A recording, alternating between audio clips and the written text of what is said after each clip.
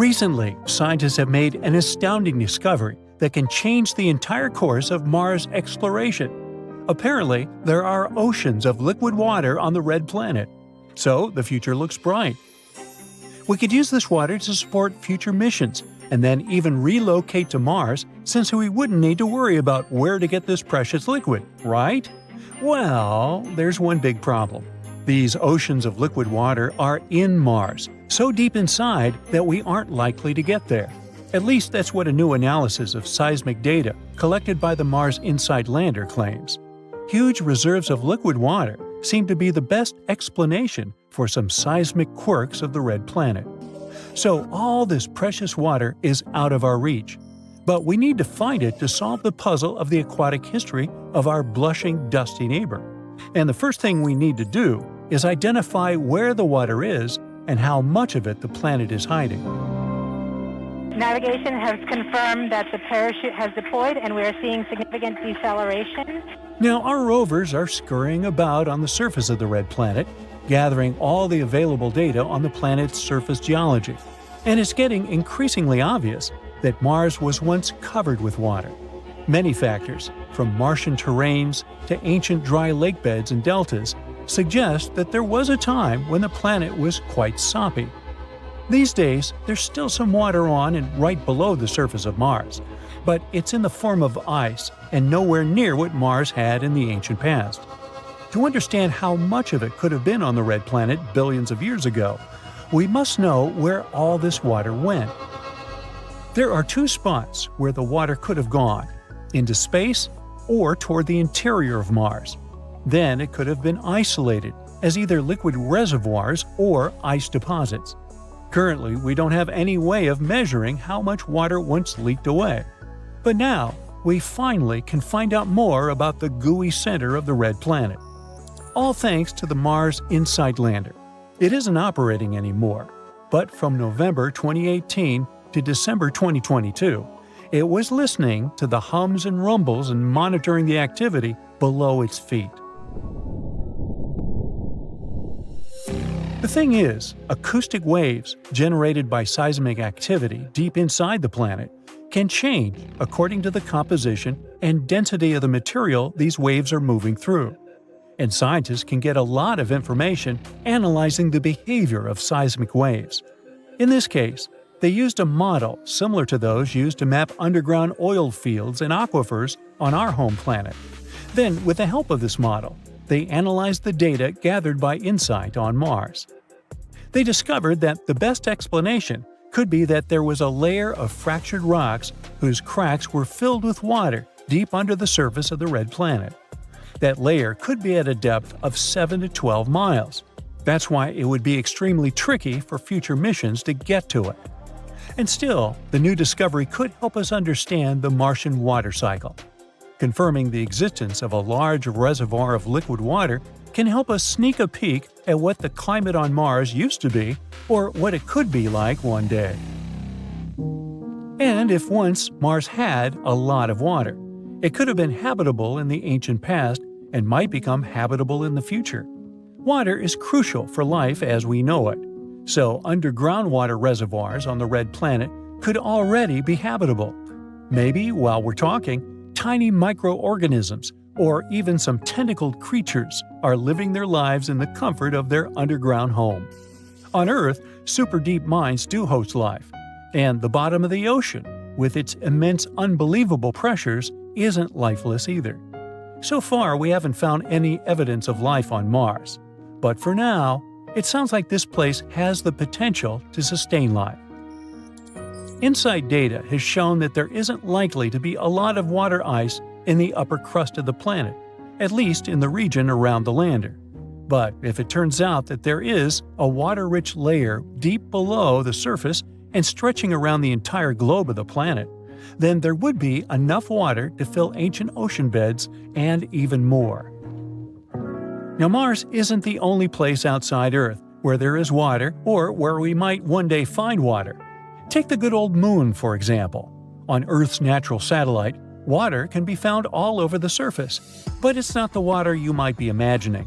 On the Moon, water remains mostly as ice, and it's distributed unevenly. For example, the poles of the moon are the regions that never receive sunlight. This is the reason they're extremely cold, and it's no wonder there's a lot of ice there. The ice in these areas is often mixed with the lunar soil and hiding deep below the surface. Then there's Enceladus, the sixth largest moon of Saturn. In reality, it's not that large, just 314 miles across. In other words, this moon is small enough to fit inside Arizona. Ooh, we should try that. Well, interestingly, when the Cassini space probe first arrived at Saturn, researchers were expecting Enceladus to be a frozen ball of ice. But what they saw was plumes of icy particles and water vapor erupting from geysers on the moon's surface.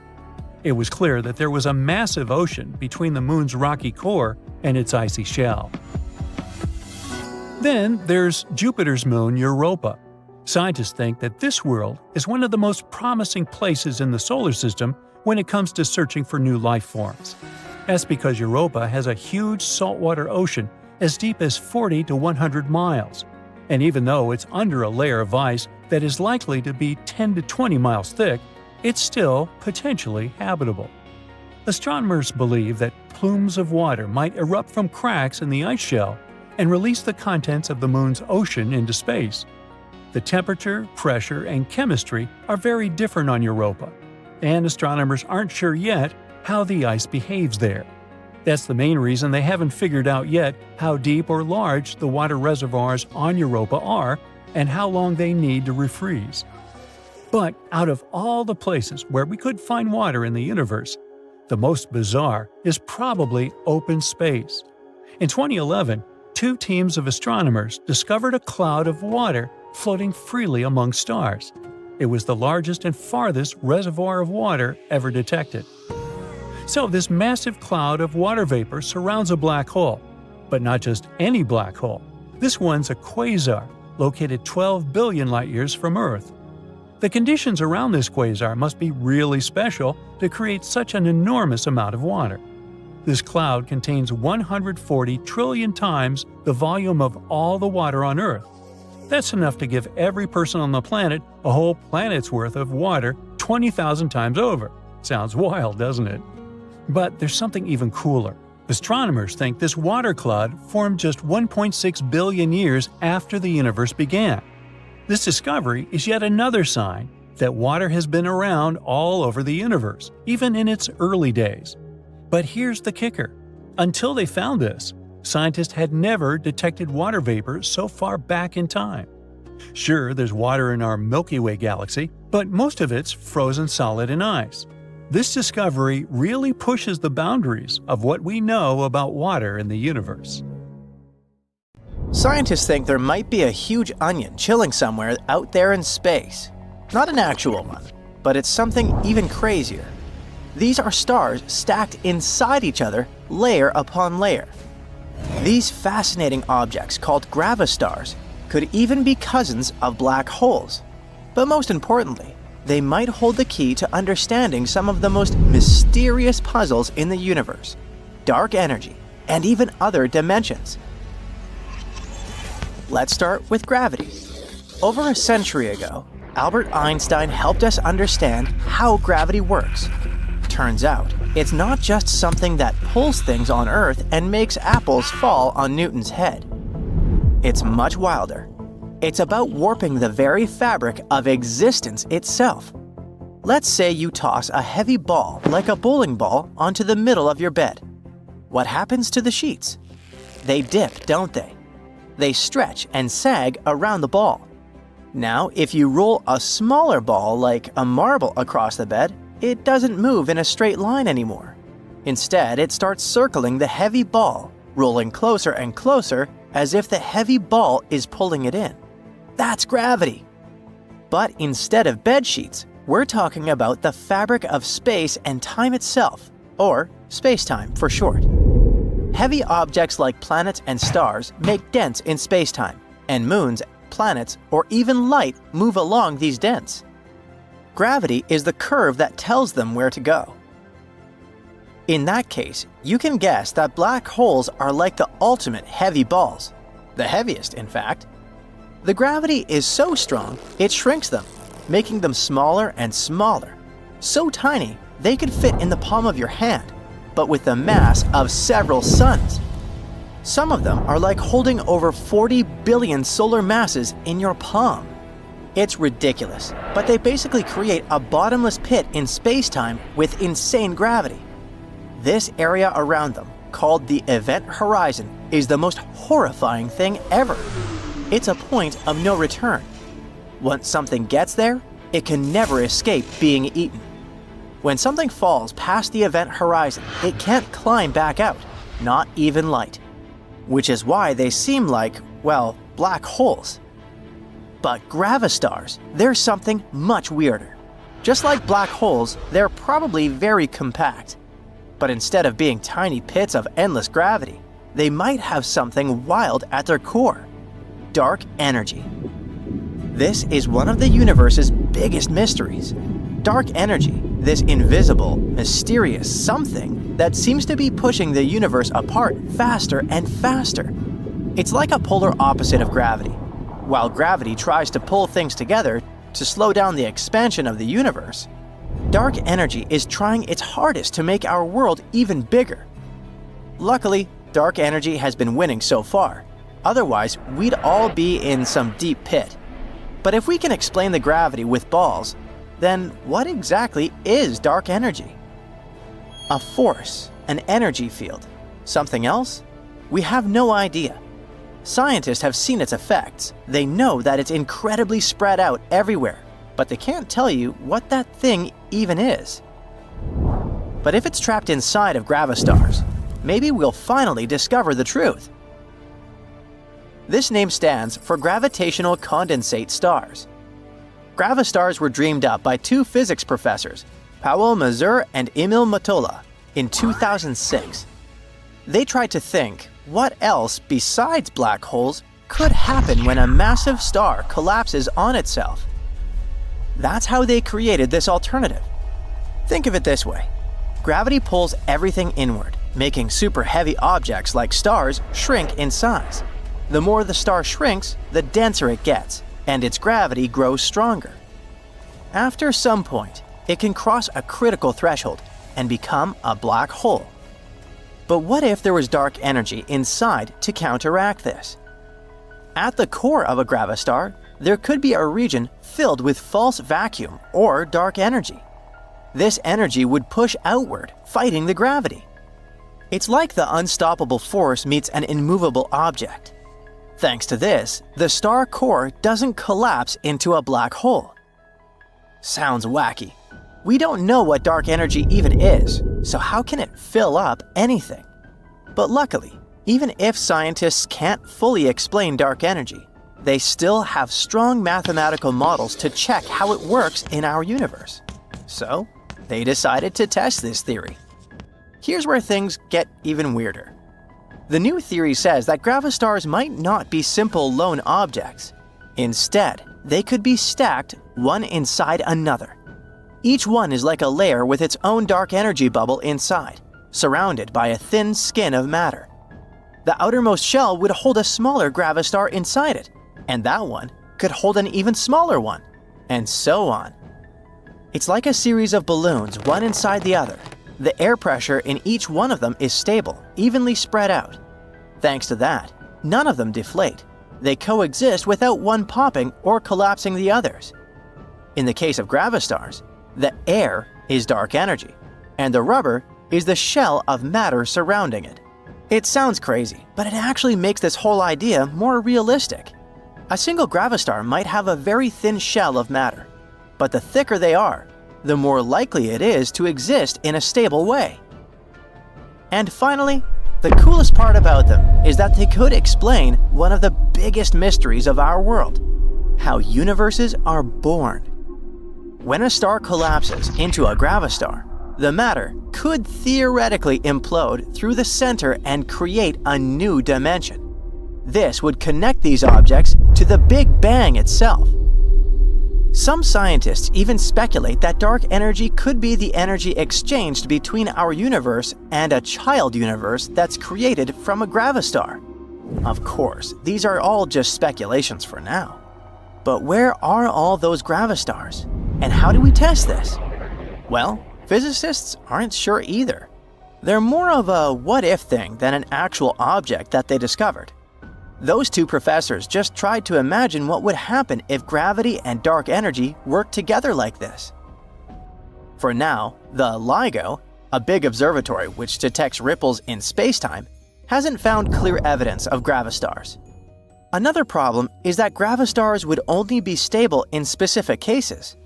For example, if they spin too fast or their shell will be too thick, they might start to wobble or break apart eventually, though it could actually take billions of years. Plus, even if we don't see them right now, remember that this is exactly what happened to the black holes themselves.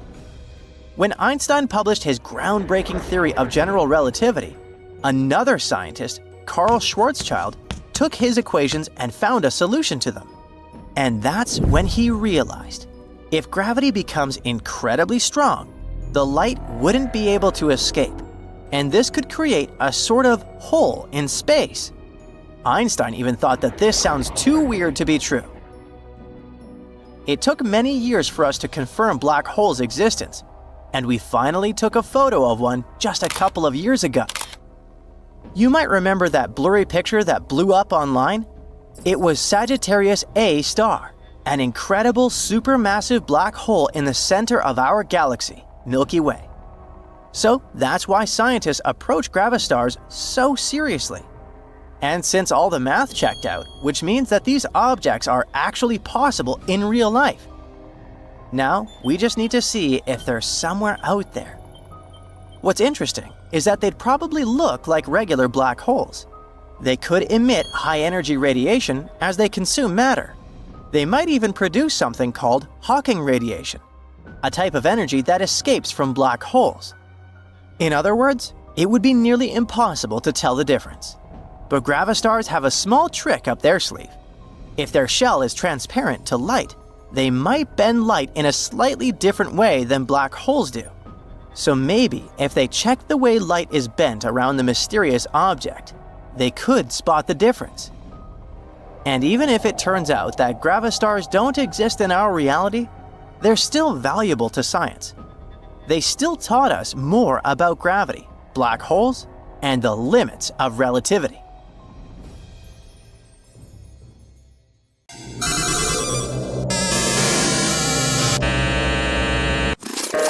About a century ago, people envisioned the 21st century as a time filled with quirky inventions. They weren't far off the mark. We're now one step closer to establishing an actual settlement on the moon. Before we can create a new home up, we need to find a way to stay connected, beyond just transportation and shipping. Being able to send a simple text, even something as casual as, "Hey, how are you?" is essential. We can't move to the moon if we're cut off from Earth. Let me spill some tea. A lunar 4G network is currently being developed. The company leading this initiative is none other than Nokia's Bell Labs. The company, bought by the world-famous Finnish company that started out as a paper mill in the 19th century and later ventured into the cell phone industry, creating iconic devices long before Apple launched its first phone. Once the network is completed, it will be loaded onto a lander, deployed, and connected using specialized radio equipment. But don't think this is just a fun experiment. It has significant purposes. The Lunar Outpost rover, one of the vehicles involved in this mission, will thoroughly explore an area known as the Shackleton Connecting Ridge. Another rover, the Micronova, will investigate a lunar crater in search of ice. When they discover ice and capture images, this information will be first transmitted to the lander and then relayed to Earth, an unprecedented achievement in history.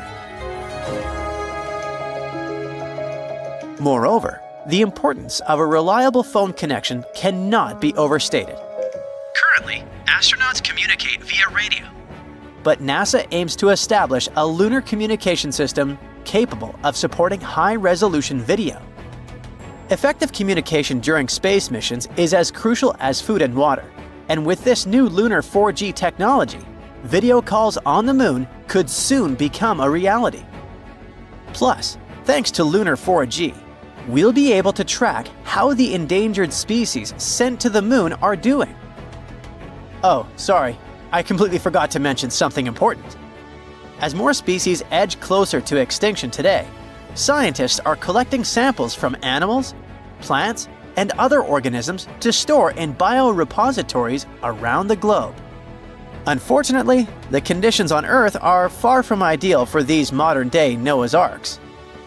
Hence, the decision to build 1 or 2 vaults on the moon makes perfect sense. On the moon, there's a permanently shadowed region at its south pole.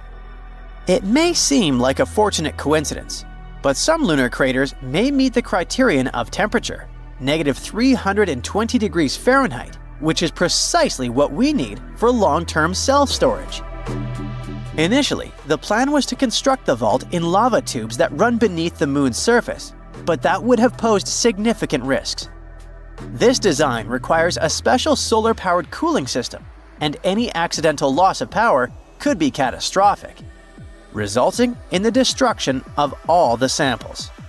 However, if we built it in a forever frozen shadowed area, the vault wouldn't need any energy or human maintenance. Bingo! It sounds almost too good to be true, and indeed there are several complications. For instance, dust is an omnipresent issue on the moon, infiltrating everything. If the storage requires seals, a dust mitigation system must be developed, which has not yet been created. So for now, it remains a theoretical concept rather than a practical solution.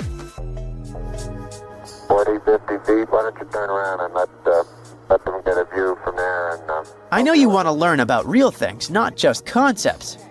Here's something real for you. The moon is full of human waste, carefully packed into bags. According to estimates, there are around 96 of these bags you'd probably prefer to never open. But you never know what exactly is hidden inside. It could be any product of the human body out there. So, if we ever make it to the moon and you accidentally stumble upon a mysterious bag, my advice is to resist the urge to open it. Instead, you can hand it over to scientists. They say they're eager to get their hands on them. Humans are incredible, in a rather unfortunate way. We haven't even established a proper settlement on the moon yet, but there's already around 200 tons of junk scattered about. It piles up there as if it were a teenager's room rather than a celestial body. Alongside those rather unappealing human waste bags, you'll also find cameras, drills, towels, brushes, rakes, a multitude of other technical items, and, surprisingly, a falcon's feather. I'll explain that in a moment. At the end of Apollo 15's final moonwalk, David Scott pulled out a falcon's feather and a hammer to demonstrate Galileo's theory that in the absence of air resistance, different objects fall at the same rate. Amidst all that junk, there's an actual piece of art, so we could say that the moon, if it doesn't have the very first art museum, at least boasts a small exhibition. The crew of Apollo 15 took a 3.5-inch tall aluminum figure to the moon. Created by a Belgian artist, it's called the Fallen Astronaut, and it was laid on its side with a plaque listing the names of astronauts and cosmonauts who contributed to exploration. But the list of odd objects on the moon doesn't end there. If you ever find yourself in need of cash, you can find it on the moon, since a stack of $2 bills was simply forgotten there. Yep, a lot of material has been collected since 1969, when humans first stepped on the moon.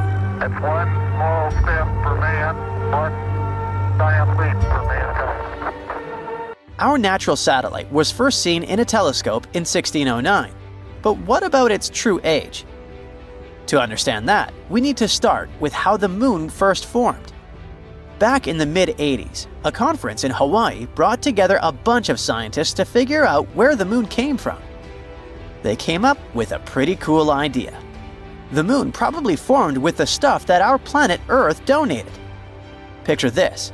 A Mars-sized object crashed into the early Earth, flinging molten materials into space, which eventually came together to become the moon we see today. This theory clears up a lot of mysteries. For instance, it used to baffle folks why the moon has such a small iron core. The answer is simple. It formed from Earth's outer layer, which isn't rich in iron. And that pale crust of the moon? It's just minerals that floated to the top when the molten moon cooled down.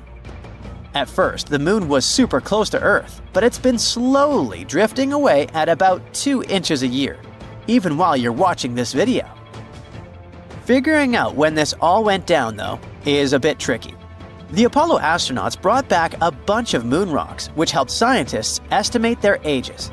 The oldest ones are around 4.35 billion years old, which is about 200 million years after the solar system kicked off. So, here's the thing. There's no exact date for when the moon formed, but there are several interesting theories. One idea is that the age of these rocks could mean the moon is around 4.35 billion years old. But some scientists who look at how planets form think that most of the material in the early solar system came together way before that 200 million year mark.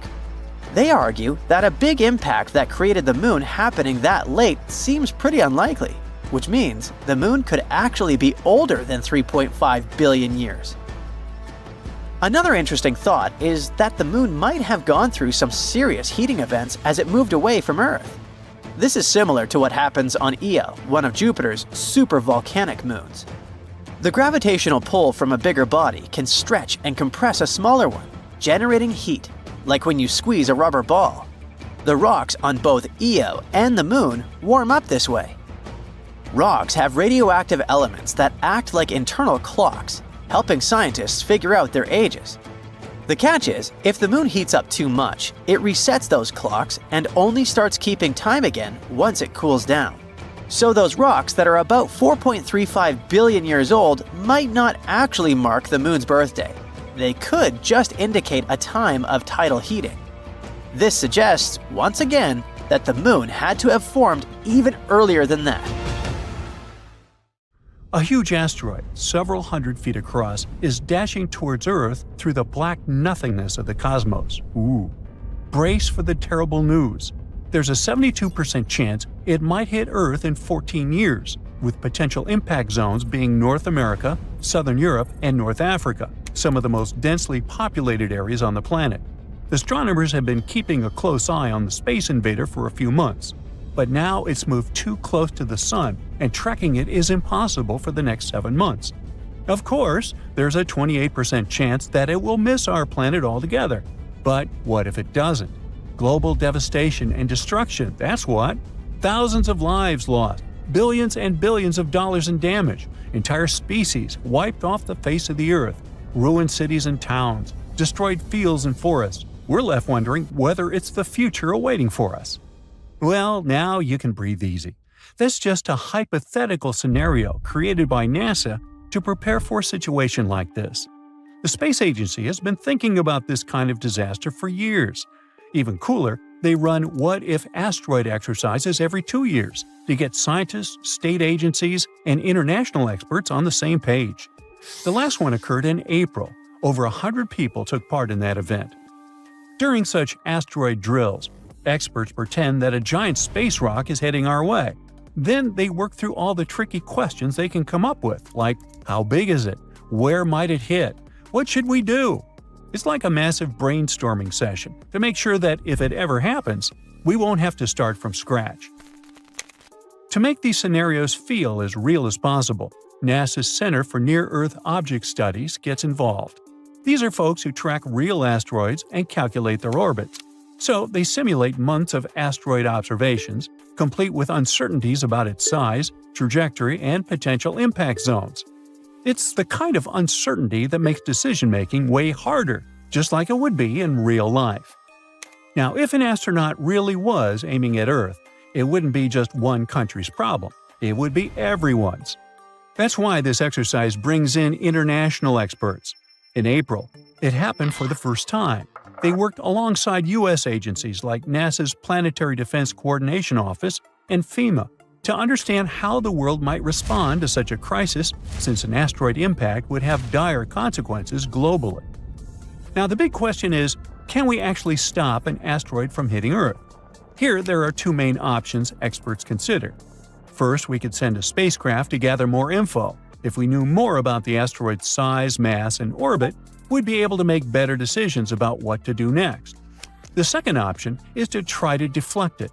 Basically, it means bumping the asteroid off its course so that it misses Earth. This might sound impossible, but NASA's DART mission has already proven that we can do it. 2 years ago, they crashed a spacecraft into a small asteroid called Dimorphos and successfully changed its orbit. It was a huge victory for planetary defense. But missions like that take tons of time to plan, prepare, and carry out. That's why spotting dangerous asteroids as early as possible is so important. Currently, NASA is working on a new telescope called NEO-Surveyor, which is set to launch in 2027. Unlike good old telescopes, NEO-Surveyor is designed to detect even the trickiest asteroids, including ones orbiting close to the Sun. It'll give us a better chance to act early and potentially stop an asteroid before it becomes a threat. If you still think that an asteroid impact is something out of science fiction and the threat isn't real, how about this? Early on Sunday, January 21st, a small asteroid about 3 feet wide entered Earth's atmosphere and luckily burned up over Germany. NASA's Scout Impact System spotted it 95 minutes before it hit and predicted exactly when and where it would arrive. At 1:32 a.m. local time, the asteroid turned into a blazing bright fireball, visible as far away as the Czech Republic. Some small meteorites might have landed near the impact site, about 37 miles west of Berlin. This is just the 8th time ever that an asteroid has been detected before it hit Earth. It's a splendid example of how tools like Scout are helping us track asteroids and prepare for anything bigger that might come our way. Here's another example. A small asteroid turned the skies over northeastern Siberia into a breathtaking light show on December the 4th, burning up harmlessly in Earth's atmosphere. The space rock, about 28 inches across, was spotted just hours before it hit. Thanks to observations from astronomers around the world, a special alert system managed to predict the impact to plus or minus 10 seconds. The asteroid entered Earth's atmosphere at 1:15 a.m. local time. The authorities were put on alert, but there was no damage reports. NASA's Asteroid Terrestrial Impact Last Alert System, or ATLAS, spotted the rock 12 hours before it entered the atmosphere. This makes it the 4th imminent impactor, which is an asteroid discovered within hours of its expected impact, detected this year, and the 11th overall. Now, China also has big plans for planetary defense. They're working on their first mission to hit an asteroid, and it's got a double purpose. One spacecraft will crash into the asteroid, and the other will hang back to study the whole thing for up to a year. In other words, it's not just about protecting Earth, it's also a way to learn more about the solar system. The target is an asteroid called 2015 XF261, which is a mouthful, and also about 100 feet wide. It flew by Earth recently on July 9, passing us at 31 million miles. True, it's pretty far away, but the space traveler was zooming by at a speed of 26,000 miles per hour, 30 times faster than the speed of sound. China is going to send a space probe to study the asteroid. They're hoping to learn more about its structure and composition, which could help us with future planetary defense missions. Then they plan to hit the asteroid with another spacecraft to test the impact, and the first space probe will stay there to observe the remains for up to a year. Timing is critical for this mission, and the asteroid offers some good opportunities in the next few years. Thus, in March and May of 2027, the asteroid will pass within 20 million miles of Earth. In April 2028, it'll get even closer. By that I mean 13 million miles away. A year later, in April 2029, the asteroid will end up just 4.2 million miles away, making it the best shot for a mission. Another decent chance will be April 2030. That's when the asteroid will pass our planet at 4.4 million miles. To give you some context, NASA's DART mission once targeted an asteroid 7 million miles away, and the trip took 10 months. So China's planners have to pick the right moment, depending on how long their spacecraft will need to get there. The mission is expected to start around 2027. At the same time, this won't be China's first attempt to target an asteroid. Back in 2023, they were planning a planetary defense test with a different asteroid, which is also about 100 feet wide. It's not clear why they switched to the current one, probably because the timing works better. Most asteroids are basically time capsules from 4.6 billion years ago. leftovers from when the solar system was just forming. Studying them could tell us a lot about how planets, including Earth, came to be. So, China's taking on something that combines planetary defense and pure space science. They're definitely making big moves in the space exploration game. Imagine an asteroid so full of valuable metals that it could make every person on Earth a billionaire. Well, that's not science fiction. It's 16 Psyche, a massive metallic space rock orbiting the Sun between Mars and Jupiter. It isn't just extraordinary because of its value, estimated at $10 quintillion. That's a figure that dwarfs the global economy many times over. It also has clues about the formation of planets, especially the rocky worlds like Earth. In October 2023, NASA launched the Psyche spacecraft. This mission is to explore the cosmic treasure trove. It's supposed to arrive at the asteroid in August 2029, and astronomers hope that it will give us some insights, not just about the asteroid's glittering wealth, but also about how planets form and evolve in our solar system. But what exactly makes Psyche unique? First discovered in 1852 by an Italian astronomer, it was the 16th asteroid people identified, hence its name. It stands out among the millions of space rocks in the asteroid belt for one main reason: its metallic composition. While most asteroids are rocky or icy, Psyche seems to be made primarily of iron, nickel, and possibly even gold and other rare metals. At about 173 miles wide, it isn't the largest asteroid. It's easily dwarfed by others like Ceres, but its size is still impressive. After all, its surface area is 64,000 square miles, like that of the state of Florida. Astronomers think that between 30 and 60% of the asteroid's surface might consist of precious metals. They also think that this space rock might be the exposed core of a planetesimal. A planetesimal is basically a protoplanet, a large space body in orbit around a star, developing into a planet. And this planetesimal could have grown into a full-fledged planet if it hadn't been destroyed in some catastrophic collision billions of years ago. If this theory is correct, Psyche can give us a unique glimpse into what lies deep within terrestrial planets like Earth, where planetary cores are hidden thousands of miles beneath thick crusts and mantles. Now, remember that spacecraft that went to explore the asteroid? After embarking on its ambitious mission, the Psyche probe will travel a mind-boggling 2.2 billion miles to reach its goal. This journey will take nearly 6 years. On its way to the asteroid, the spacecraft will pass by Mars in May 2026 and use the red planet's gravity to slingshot itself deeper into space. This maneuver is called a gravity assist, and it will boost the velocity of the probe and refine its trajectory toward the asteroid. By the time it reaches its goal in August 2029, the spacecraft will be set to orbit the asteroid for at least 26 months. During this time, it will analyze its surface, figure out its composition, and attempt to unravel its history. The probe is equipped with some pretty cool tools. One of them is called a multispectral imager. This instrument will snap high-resolution images of the asteroid's surface. It's supposed to help astronomers to study its texture and composition. Then, the probe has a gamma-ray and neutron spectrometer. This instrument will measure the asteroid's chemical elements, including its metal content. A magnetometer will detect a magnetic field, if any, which could confirm Psyche's origin as a planetary core. And finally, an X-band radio system will help determine the asteroid's gravity field, which can offer insights into the asteroid's internal structure. NASA isn't sending the spacecraft to assess the value of the space rock as a mining target. Well, at least not yet. The main goal of the mission is science. Researchers hope to answer fundamental questions about how planets form and evolve.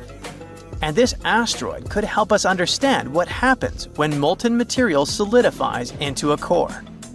Another question we need to answer to is, why did it fail to become a planet?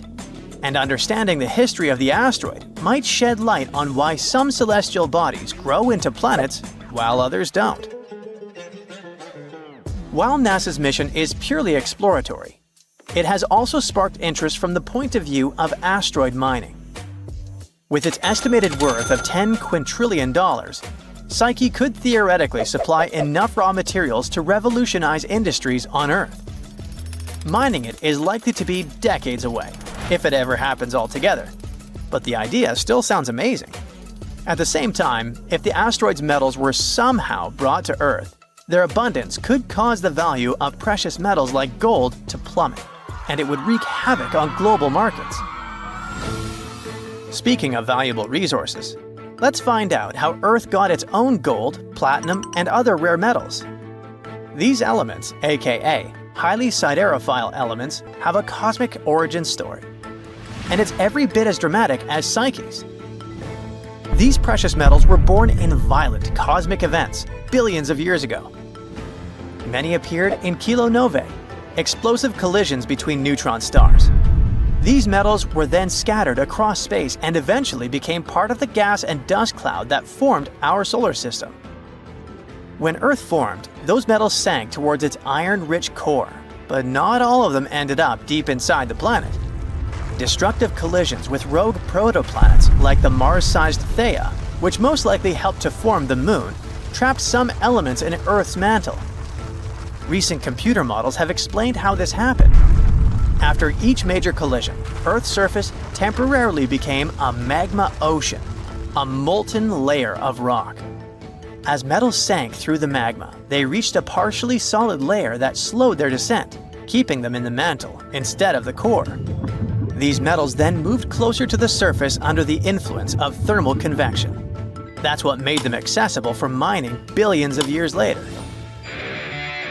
While Psyche's metals are all over the news, space has more to offer than just gold and iron. Scientists have discovered, or rather theorized, the existence of different gemstones scattered across the cosmos, like diamonds. The thing is, diamonds are made of pure carbon, and this element is abundant in the universe. On Earth, diamonds form deep in the mantle under high pressure and temperature. In space, conditions for diamond formation can occur in surprising places. For example, nanodiamonds, which are really tiny diamonds, have been found in meteorites. Sometimes they contain gases that give us clues about the early solar system. Scientists believe that it might rain diamonds on our ice giants, Neptune and Uranus. There, high pressures compress carbon into crystalline form. Researchers have also predicted that exoplanets in other solar systems could have gemstones like rubies and sapphires, depending on their size and proximity to their stars. Even Earth's moon had its own share of cosmic minerals. Scientists have found some traces of cubic zirconia in lunar rocks. So space might hold even more treasures than we've imagined.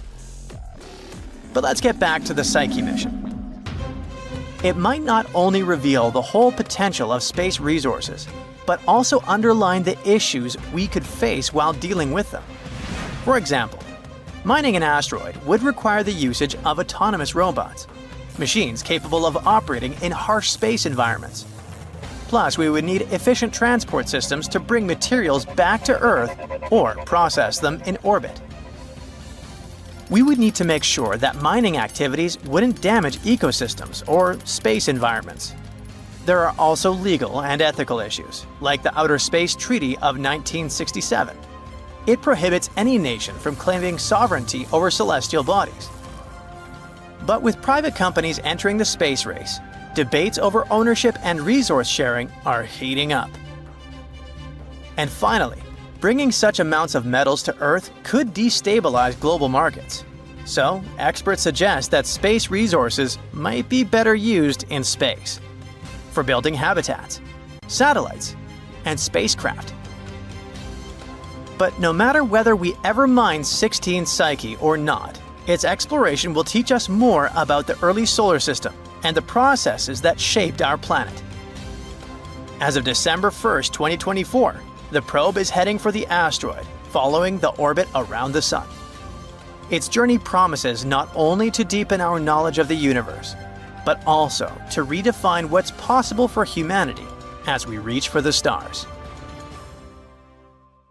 Now see here, astronomers have recently discovered a neutron star, also known as a dead star, spinning at an extraordinary speed of 716 times per second. It makes it one of the fastest spinning stars we've ever found in the universe. And it's not just about its speed. The surface of this neutron star is erupting with super powerful explosions almost non-stop.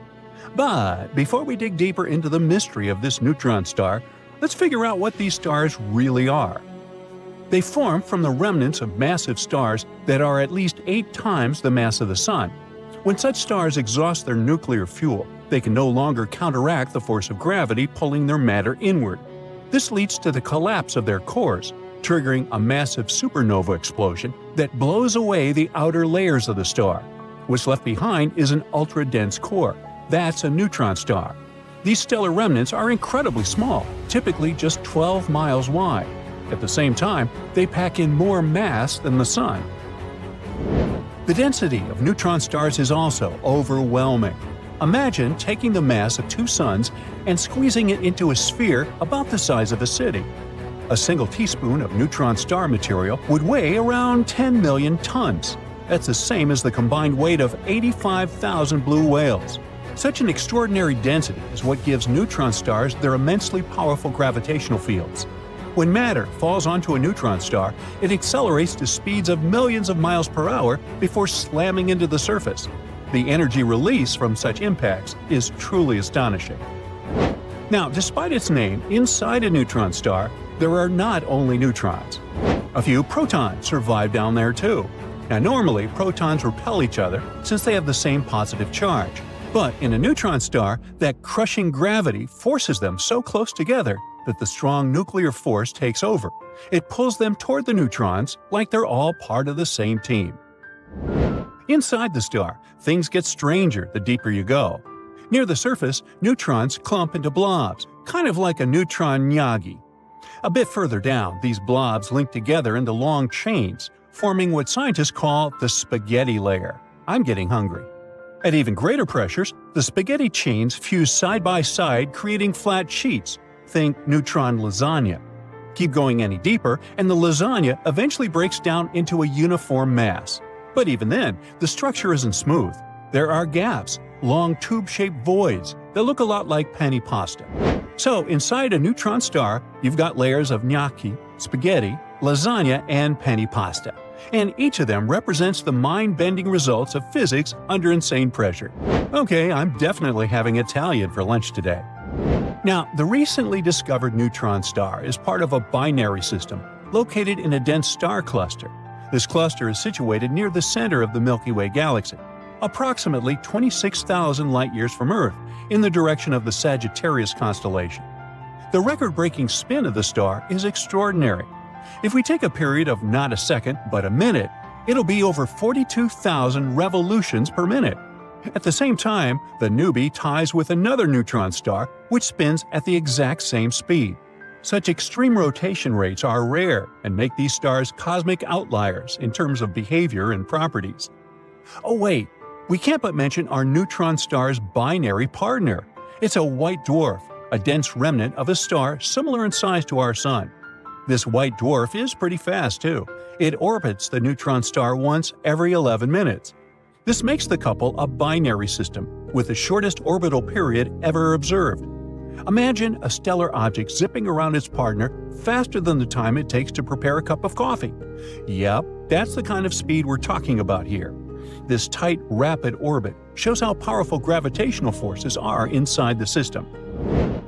So, you might be wondering what makes neutron stars spin so rapidly. It's something called the conservation of angular momentum. Let me explain. When a massive star collapses into a neutron star, it shrinks dramatically. Such a rapid compression gives an instant boost to its spin. It's like an ice skater spinning faster when they pull their arms inward. And the smaller the star gets, the faster it spins, which results in extreme rotation rates. In binary systems like this one, neutron stars can achieve even faster spin rates. Their trick is to steal matter from their companion stars. This process is called theft. No, accretion. The stolen matter carries that very angular momentum, which adds to the neutron star's rotation speed. The accreted material can also build up on the neutron star surface eventually. It triggers powerful thermonuclear explosions. They release immense amounts of energy, temporarily making the neutron star shine up to 100,000 times brighter than our Sun. It allows astronomers to study the intricate details of these extreme environments. NASA's X-ray instrument on board the International Space Station, officially called the Neutron Star Interior Composition Explorer and thankfully nicknamed NICER, observed 15 thermonuclear explosions on the surface of our neutron star between 2017 and 2021. One of those bursts displayed a unique pattern called thermonuclear burst oscillations. Those are highly asymmetric patches of brightness on the burning surface layers of accreting neutron stars. This pattern matched the spin rate of the neutron star and thus confirmed its extreme rotational speed. But wait, the best part is coming. While neutron stars are already extreme, there's another class of them that takes things to a whole new level – magnetars. Now, magnetars are neutron stars with unimaginably strong magnetic fields, up to 1,000 trillion times stronger than Earth's magnetic field. These fields set them apart from other neutron stars. They can distort atoms in nearby objects, making life impossible anywhere near them. As for the energy density of a magnetar's magnetic field, it's so high that it's 10,000 times greater than the mass density of lead. Magnetars also produce bursts of X-rays and gamma rays that are so powerful they can temporarily outshine entire galaxies. These bursts are often triggered by star quakes, violent shifts in the magnetar's crust caused by their own magnetic fields. For example, a gamma-ray burst from a magnetar in 2004 was so strong that it disrupted Earth's ionosphere. It hit Earth, and it was so intense that several satellites picked it up. The SWIFT satellite, built specifically to detect gamma-ray bursts from across the universe, didn't just detect the blast. It got hit with so much energy that its sensors got completely overloaded. And SWIFT wasn't even facing the burst. The energy was so strong it passed through the spacecraft and still overwhelmed its cameras. If a magnetar was located as close to Earth as the Moon, its magnetic field would erase all credit card data on the planet by wiping the magnetic stripes clean. Whoa, that's the level of power we're dealing with here. Magnetars are extremely active, but for a relatively short time. Their intense magnetic fields decay after about 10,000 years. After that, they stop emitting strong X-rays and gamma rays. Astronomers think that there are at least 30 million inactive magnetars in the Milky Way galaxy alone. These silent cosmic relics are scattered all over the galaxy. Neutron stars and magnetars serve as laboratories for extreme physics. They allow astronomers to have insights into the behavior of certain matter under conditions you can never replicate on Earth. The incredible density of these objects helps scientists figure out what happens when protons and electrons get compressed together to form neutrons. This creates states of matter that don't exist anywhere else in the universe. These violent explosions on neutron stars and magnetars also play a critical role in the formation of heavy elements like gold and platinum. These elements get scattered all over the universe during these energetic events, eventually becoming parts of planets and stars and you and me. Oh, by the way, NASA's NICER instrument has played the key role in uncovering the mysteries of neutron stars. Its ability to detect X-rays with high precision allowed astronomers to study the rapid spin of the neutron star we've been talking about and the thermonuclear bursts that occur on its surface. So, what could be nicer than that? Very recently, astronomers have found 3 potential super-Earth planets orbiting a somewhat close orange dwarf star. The term super-Earth is used to describe a planet beyond the solar system with a mass higher than that of Earth but below those of the ice giants of the solar system, Uranus and Neptune. An international team of researchers, led by Dr. Shweta Dalal from the University of Exeter, found that the exoplanets were orbiting star HD 48498, which is located around 55 light-years away from Earth. The planets travel around their star in 7, 38, and 151 Earth days, respectively. The study describing these findings appeared in the journal MinRes on the 24th of June, 2024. The coolest thing here is that the outermost exoplanet candidate orbits in the habitable zone of its host star. and the conditions there might be comfortable enough for liquid water to exist on the surface without boiling or freezing. Such habitable regions around stars are also known as the Goldilocks zone and are believed to be ideal for potentially supporting life. Another reason this discovery is so important is that the orange host star is like our Sun. But since it's an orange dwarf, it produces less radiation than our yellow dwarf star. It's also the closest planetary system to host a super-Earth in the habitable zone of a Sun-like star, which makes this discovery super exciting. It can help us move forward in our quest to locate habitable planets around solar-type stars. Who knows? Maybe this planet will be our new home one day. These potential super-Earths were detected thanks to the HARPS and Rocky Planet Search Program. Throughout a decade, the team taking part in this research has collected nearly 190 high-precision measurements using special equipment. By analyzing the spectrum of light coming from a star, astronomers can figure out whether it's moving toward us, this is known as blue shift, or away from us, that's what we call red shift. And still, to make sure their findings were correct, the team used lots of different methods and comparative analysis.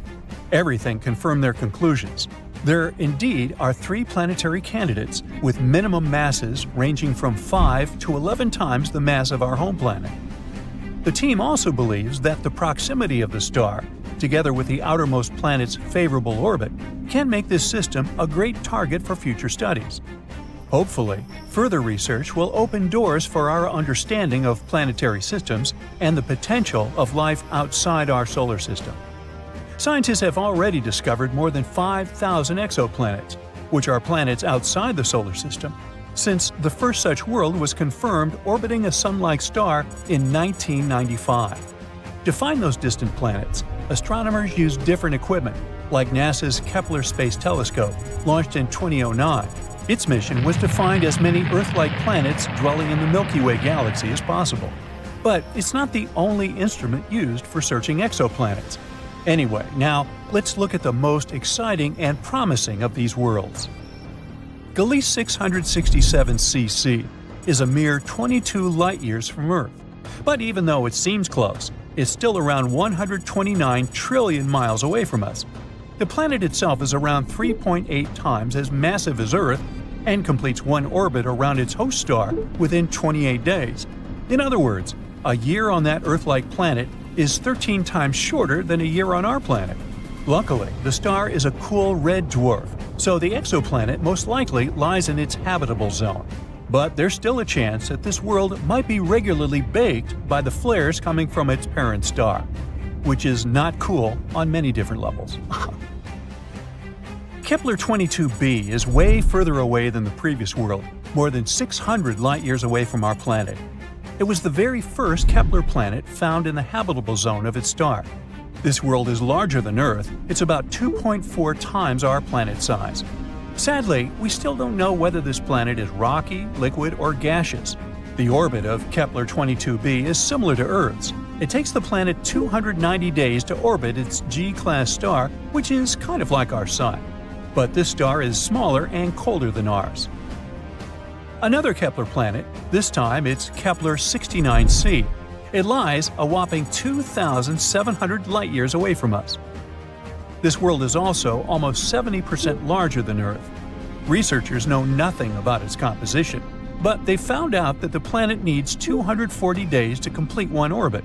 This makes its position in its system like that of Venus in our solar system. At the same time, this world might be more habitable than Venus since its host star is a bit less luminous, 80% of our Sun.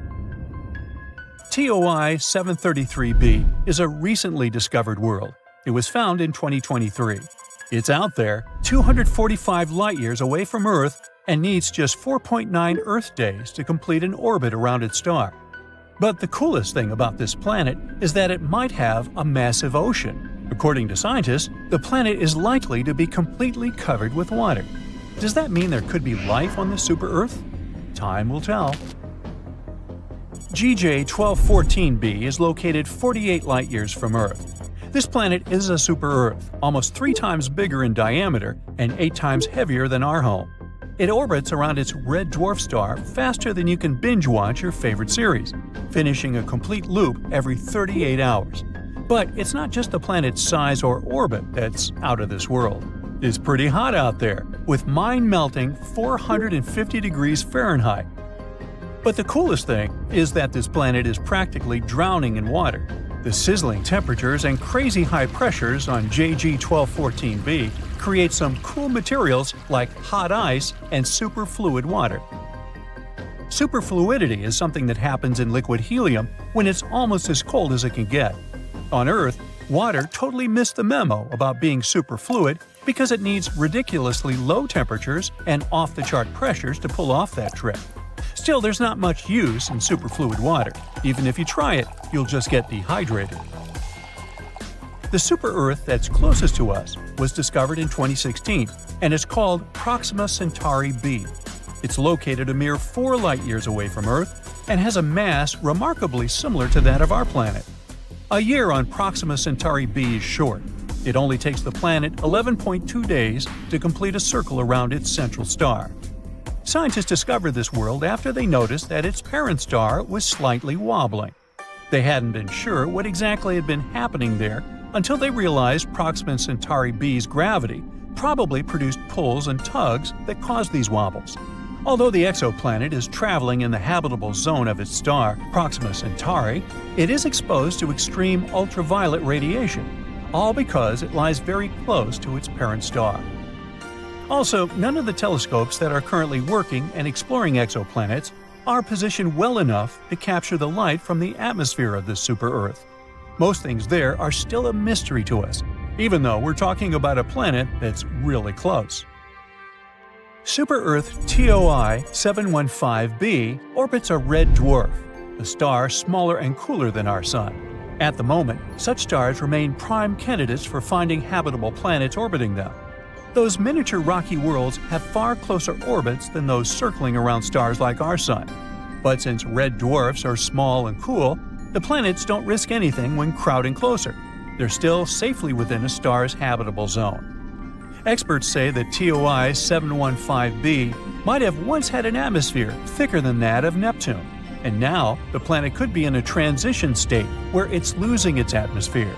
To confirm this suspicion, scientists need to do more research, and they might finally learn whether this planet is a watery terrestrial planet.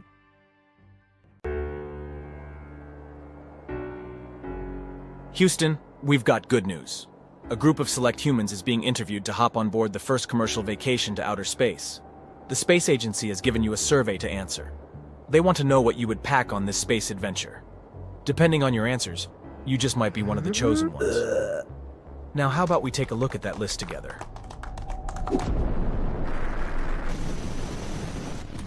Pencils. I guess I never would have thought of that, but it makes sense. Legend has it that the US spent millions of dollars trying to design a pen that worked in space. You know, since the lack of gravity is a huge, inescapable factor of life in outer space, pens don't work. The ink won't flow down as it does here on Earth. It turns out that pencils will do the trick. This way you can play word puzzles with the other space tourists, or even make some drawings of your adventure. You'd never forget to pack a toothbrush, of course. According to veteran astronauts, toothbrushes are so simple, yet their technology is enough for space. If you were to squeeze a water bottle inside a spacecraft, the molecules of water would float around in small bubbles. But if you wet your toothbrush, it naturally holds the water in it, keeping it moist to receive your toothpaste. Oh, I was going to say funny socks. Glad that you beat me to it. Here are two things. First, there's not a lot of walking that goes on in space. People don't tend to touch the ground too much up there. And second, space isn't the best place to showcase your fashion style. Yeah! Astronauts tend to use special clothes while they're out there. And it will be no different for you as a space vacationer. So socks will keep your feet warm and fuzzy, but they'll also speak for your fashion interest. Maybe one day you'll wear a smiley face sock, while the other day you'll go for a Grinch-themed one. Of course, socks are pretty helpful on board an aircraft. They'll make you slide through stuff more easily. Next time I go to the convenience store, I'll remember to buy some wet wipes for your space travel. Experienced space travelers do love them. And it wasn't even NASA that invented them, huh? Since water is a no-go inside a spaceship, the best option is wet wipes. Better yet if they're scented. Astronauts even use different kinds of wipes. They buy the disinfecting ones and the ones to use on their bodies. Just make sure you know how to tell the difference between them when you're up there. There's a popular myth that says that NASA invented Velcro. But the truth is, we tend to think that everything that's used in space was invented by NASA for a very intelligent and specific purpose. It wasn't, though. Velcro was invented for mundane reasons back in the 1950s by a Swiss company. They were adopted by space travelers because they work as anti-gravity props. They don't erase gravity, of course. But you can glue Velcros into daily stuff and then hang them on the Velcro attached to the spaceship's walls. It's a very smart system, but best to take your own pair, right? If you're spending a long time in outer space, photographs from back home might come in handy. Choose them well, though. Since the spacecraft isn't all that big, the rest of the people on board will know which pictures you decided to bring along. Best to keep that Harry Styles poster back in your earthly bedroom, right? Just bring real pictures of people that you know and love. Did I hear pizza? A huge part of traveling and exploring new places is being able to taste different flavors of food. In outer space, that's a bit more complicated. But hey, at least you can take some pizza with you. Well, actually, you'd have to have it delivered to you in a cargo ship. This way, ingredients would come fresh and ready to eat. It wouldn't be the first time that people in space tried eating Earthling junk food. Some astronauts have even eaten crepes and hot dogs. Perhaps the best part of this pizza party would be that your food could float. Now, isn't this a super nice way to enjoy some Earth delicacies? As much as I understand your desire to pack a toilet with you on this space trip, that's virtually impossible. I mean, I understand you. Some people are attached to the toilets in their homes, and a space toilet is far from the ideal experience. But NASA has been improving their toilet system, and it's the best it's been over the years. So that will have to do. Here's something I would take as well. A laptop.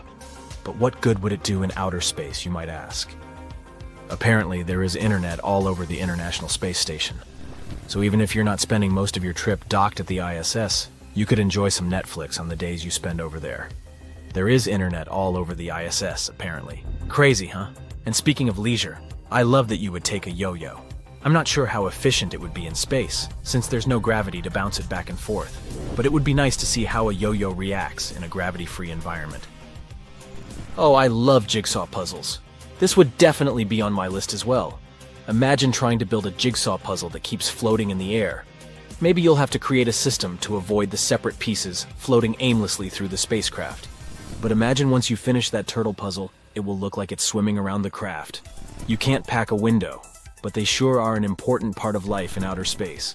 Let's keep in mind some of the rules of the trip. Each traveler will have the opportunity to do one spacewalk during their time in space. This is already huge. Consider yourself lucky. Some elite astronauts only get to do one spacewalk during their entire career. That is so because spacewalks are risky and require a lot of training. But you'll get your training once you're up there. The thing is, all other days you'll be stuck inside a floating tin can. So windows will come a long way. They'll help to remind you where you are. They'll give you some perspective of space and Earth. Of course, you should take your camera. How else will you be able to register for this once-in-a-lifetime experience? Just make sure it works inside an aircraft or the ISS and you're good to go. Coffee? Don't worry, you don't need to pack your own. Up until recently, astronauts had to rely solely on instantly brewed cups of coffee when they were in space. But you're lucky that coffee experts have already solved this issue. Nowadays, there's the IS espresso machine. The machine itself is similar in size to an Earthling espresso machine.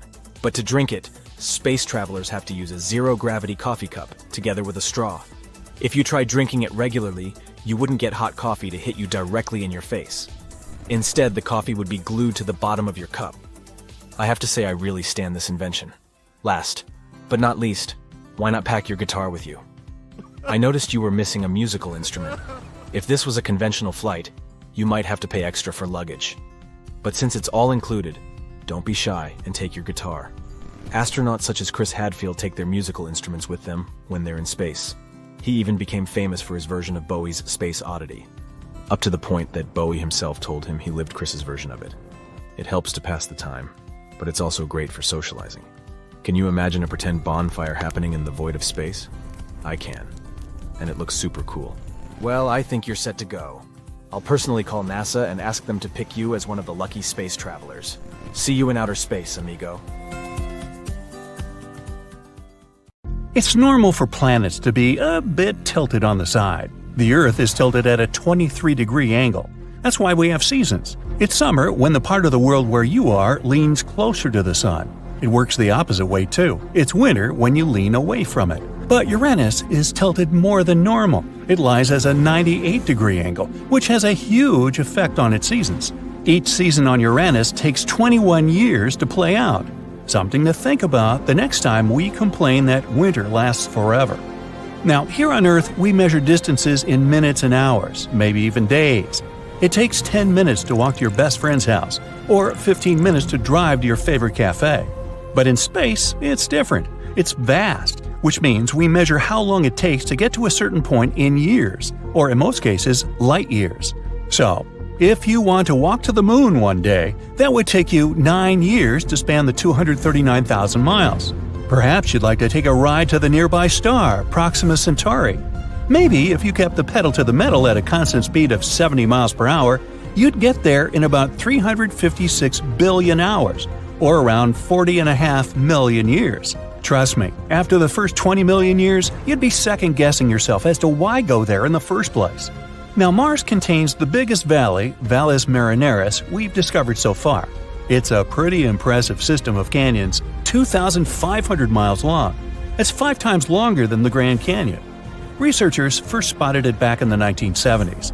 A bank of volcanoes located on the other side of the canyon ridge probably helped form this valley. We haven't discovered a planet completely made of diamonds yet, but on some planets, it actually rains diamonds. On Jupiter and Saturn, gas giants of our solar system, lightning storms turn abundant methane into soot, which we also know as carbon. The soot falls and transforms into graphite. Further graphite transforms into diamonds with a diameter of about 0.4 inches. Now, before you start figuring out how to book a diamond collecting field trip, know that these diamonds don't last. After they enter the planet's core, they melt. Ever notice how when you're stargazing 2 nights in a row in the same time, let's say 9 p.m., the stars stay in the same place, but the moon doesn't? Well, there are 2 reasons for that. First, it depends on what time you go stargazing. For instance, if you go outside at 8 p.m. and tomorrow you look for it at 11 p.m., you'll see the moon in 2 pretty different places. In this case, even the stars take different places in the sky since our planet is spinning. As you know, it takes 24 hours for it to make one full circle. That means, from our point of view, it seems like both the sky and everything up there is just moving around us one time per 24 hours. In the same way, the sun changes its position, rising and setting every day. So, if you went outside 2 nights in a row at the same hour, in most cases, you'll have to wait for an extra half hour or more until the moon gets back to the same position as the night before. The stars are pretty much standing still. It seems like they're moving, but that's because the Earth is spinning. But the moon is actually moving around our planet and goes through different phases. For example, a new moon is when it's completely dark in the sky. A full moon is when its day side is facing the Earth. It takes approximately a month for it to finish one circle around the Earth. Maybe you'd be luckier on a diamond collecting expedition on this next planet, 40 million light-years away from Earth. Scientists used to call it a super-Earth. Now, a super-Earth is generally a planet way bigger than ours. This planet, for example, is double the Earth's size. It's so close to its star that it makes a full circle around it in less than 18 hours, which means a year there is pretty short. Since it's so close to its star, its temperature goes up a whopping 4,900 degrees Fahrenheit. Because of the heat, in combination with the planet's density, scientists have the theory that its core is made of carbon in the form of graphite and diamonds. Over 10 years ago, astronomers discovered a huge water vapor cloud. It was 12 billion light-years from our home planet. That cloud is the biggest source of water we know of. It's also the oldest, dating back to when the universe was only 1.6 billion years old. Now it's 13.8 billion years old. Man, if only I had started a savings account 12 billion years ago. With compound interest, I'd have me quite a pile of cash by now, but I wasn't around then. Anyway, this cloud is so large it holds 140 trillion times the amount of water in all the oceans on our planet. This cloud kind of feeds a black hole. It may also contain enough gases, such as carbon monoxide, to encourage the black hole to grow 6 times bigger than it is at the moment. The average temperature of our planet is about 57 degrees Fahrenheit, and the highest temperature ever measured was 134 degrees. Sound too hot? Well, on Venus, it can go up to 900 degrees, which makes it the hottest planet in our solar system. It's not hot enough to melt steel, though. It would need to be higher by 2,500 degrees to get there.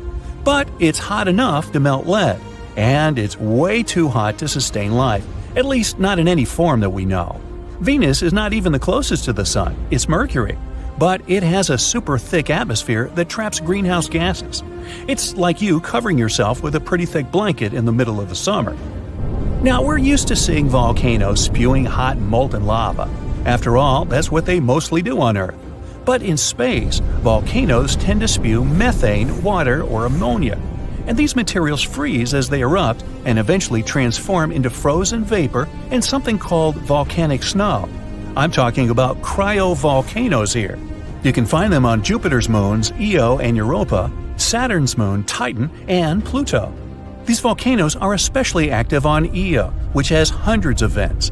NASA vehicles have even captured some of these erupting in real time. Plumes of frozen vapor coming out of them extended for about 250 miles. Hey, by the way, they just discovered another moon around Jupiter that might actually be good for farming someday. It's named EIEIO. Now, what exactly happens to the light after it disappears inside of a black hole? Well, photon is a particle of light. The event horizon is the boundary of a black hole. When something, say a photon, crosses the line and enters those boundaries, it can't escape anymore. But it doesn't mean a black hole destroyed it. It pulls the photon in rapidly towards its center, where an enormous mass is packed into an infinitely small space. But we're not sure what happens to photons in such extreme conditions. It's still one of the biggest mysteries. Does a black hole destroy the light or not? Saturn has 82 moons we know about, 53 confirmed and 29 more that are still on the waiting list to be confirmed as actual moons before they get their official names. And one of the coolest moons might be a 914-mile-wide hunk of rock called Iapetus. It's dark on one side and bright on the other. Its lighter half is 20 times more reflective than the other one. As it turned out, the bright side is ice. The dark side is a bit more complicated. One theory says it's dark because of particles coming from another moon, the one named Phoebe. Another theory says it could be because of heat. Since the moon is rotating really slowly, its dark material is absorbing heat, which makes it even darker. Now, how big do you think a black hole can become? In theory, we can't find an upper limit to its mass, but astronomers believe the ultramassive black holes, or UMBHs, located in the cores of certain galaxies are mostly up to 10 billion solar masses big. Recently, they even discovered these UMBHs physically can't grow much more than this, because, in that case, they would start to disrupt the accretion disks that feed them. That way, they would kind of stuff the source of new material. Most people picture the universe as somewhere between aquamarine and pale turquoise. Even some researchers thought that was the case. They managed to determine the cosmic color by combining light from more than 200,000 galaxies within 2 billion light-years of our planet. But the real color is actually closer to beige. Researchers got it all wrong because there was a bug in the software. No, really? It converted the cosmic spectrum into the color our eyes would see if we were exposed to it. The team defined this color as a cosmic latte. Ooh, make that a double-shot low-fat large to go, please. The James Webb Space Telescope is an absolutely stunning piece of equipment, which is around 100 times more powerful than the Hubble Space Telescope, and the latter has managed to observe places that are around 13 billion light-years away. But recently, James Webb has outdone itself. It spotted something it wasn't supposed to see. Astronomers using the telescope have detected a supermassive black hole from when our universe was less than 600 million years old. Just a baby. This discovery is the most distant, actively feeding supermassive black ever observed. It's located at the heart of its host galaxy, designated Sears 1019. The black hole is also one of the smallest and least massive ones found in the early universe. It's equal to approximately 9 million suns. It might seem like a lot, but in reality, supermassive black holes often grow to billions of times the mass of our star. But what is so unusual about this find, and why are scientists having a hard time trying to explain it? You see, it's supposed to take way longer than 600 million years for a supermassive black hole to grow to its full potential. It happens when a black hole either feasts on surrounding matter or merges with a larger black hole. Even black holes similar to the one at the center of our Milky Way galaxy, which is almost 4.5 million times the mass of our Sun, are supposed to be seen in the more recent universe. Well, to tell you the truth, scientists have long suspected that supermassive black holes could have existed in the early universe. But this theory has been proven only thanks to the JWST and its infrared eye. It has shown that the black hole Sears 1019 is actively munching on all the matter it can lay its hands on. Such feeding black holes are usually surrounded by swirls of gas and dust falling inside them. Such swirls are also called accretion disks. The gravitational force of a black hole heats this matter, which makes the disk shine bright like a diamond. Sorry, but that's not all. Strong magnetic fields produced in the process channel the matter to the poles of the black hole, and from time to time this matter is blasted out of there in twin powerful jets. They move at a speed that is close to the speed of light, which generates incredibly bright light. By the way, astronomers were watching the galaxy hosting the unusually old black hole as part of the Cosmic Evolution Early Release Synth survey. They saw the galaxy as it was when the universe, which is around 13.8 billion years old now, was a mere 570 million years old. Besides the main character of this video, scientists spotted two other black holes. Those probably appeared 1 in 1.1 billion years after the Big Bang, and 11 ancient galaxies that existed between 470 and 675 million years after the beginning of cosmic history. The coolest thing about all these discoveries is that until recently, all research about things that existed in the early universe was mostly theoretical. But now, with the help of the James Webb Telescope, astronomers can not only see galaxies and black holes at unimaginable distances, but they can also measure them. This isn't the only discovery connected with black holes made recently. For example, not so long ago, scientists saw two stars slow down in their orbits around black holes, and concluded it was most likely the result of drag produced by dark matter. It was the first time astronomers might have discovered some indirect evidence that huge amounts of dark matter could surround black holes. Now, about that dark matter. What is it, and what does it consist of? Our universe consists of normal matter, and dark energy. Normal matter, which is everything you can see with your own eyes or with the help of instruments, makes up around 5% of the universe. Since it's such a small fraction of the universe, maybe we shouldn't call it normal? Dark energy takes up around 68%, and about 27% of the universe is dark matter. This dark matter is just one more space thing that confuses scientists to no end. If dark energy is a force responsible for the expansion of the universe, dark matter is supposed to explain how objects work together. Potential candidates for dark matter vary from strange particles to super-dim objects. But even though astronomers can't grasp what exactly dark matter is, they know for sure what it isn't. This matter is dark, so we can rule out visible stars and planets. It also can't be dark clouds of normal matter. Otherwise, scientists would be able to detect it. Dark matter is not antimatter, since astronomers don't see unique gamma rays that appear when antimatter comes in contact with matter. And neither is dark matter gigantic galaxy-sized black holes. In other words, dark matter is still as much of a mystery to us as dark energy. Anyway, back to the potential dark matter discovered around the black holes. If it is confirmed, it'll be a great breakthrough in dark matter research. What helped scientists come up with this idea is that dark matter interacts gravitationally, influencing ordinary matter. So, a team of researchers watched the orbits of two stars decay by about 1 millisecond per year, while they were circling their companion black holes. The scientists concluded that these changes in speed were the result of dark matter generating friction and a drag on the stars. With the help of computer simulations of the black hole systems, the team tested a model widely known in cosmology. It's called the Dark Matter Dynamic Friction Model, and it predicts a certain loss of momentum by objects that are gravitationally interacting with dark matter. And guess what? The simulation matched these predictions. The results of this research helped to confirm a theory that had existed for a long time, that black holes can actually swallow dark matter that comes too close. As a result, dark matter gets redistributed around black holes, creating areas with different densities, which can influence the orbits of surrounding objects, like the stars we've been talking about. Speaking of black holes, there's a theory that primordial black holes could actually be dark matter. This type of black hole is hypothetical since scientists have never got any real proof of their existence. Such holes are insanely old and quite tiny, by black hole standards, that is. Astronomers believe they could appear several milliseconds after the Big Bang. At that time, stars and galaxies weren't born yet.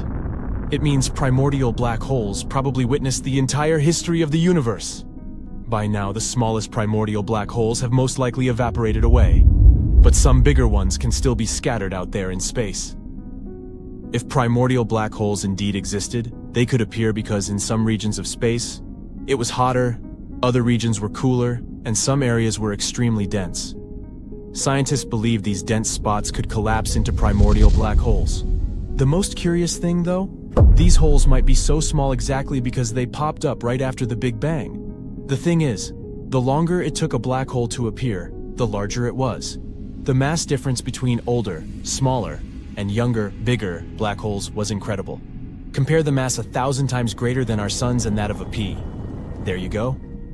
Anyway, the idea of the connection between primordial black holes and dark matter, or rather, the idea of them being the same thing, remained unpopular for decades. But recently, scientists have realized there are many more black holes in the universe than they used to think, and it means that the theory might actually work. And the vast and still hidden from us population of Big Bang black holes could not only make up but be dark matter.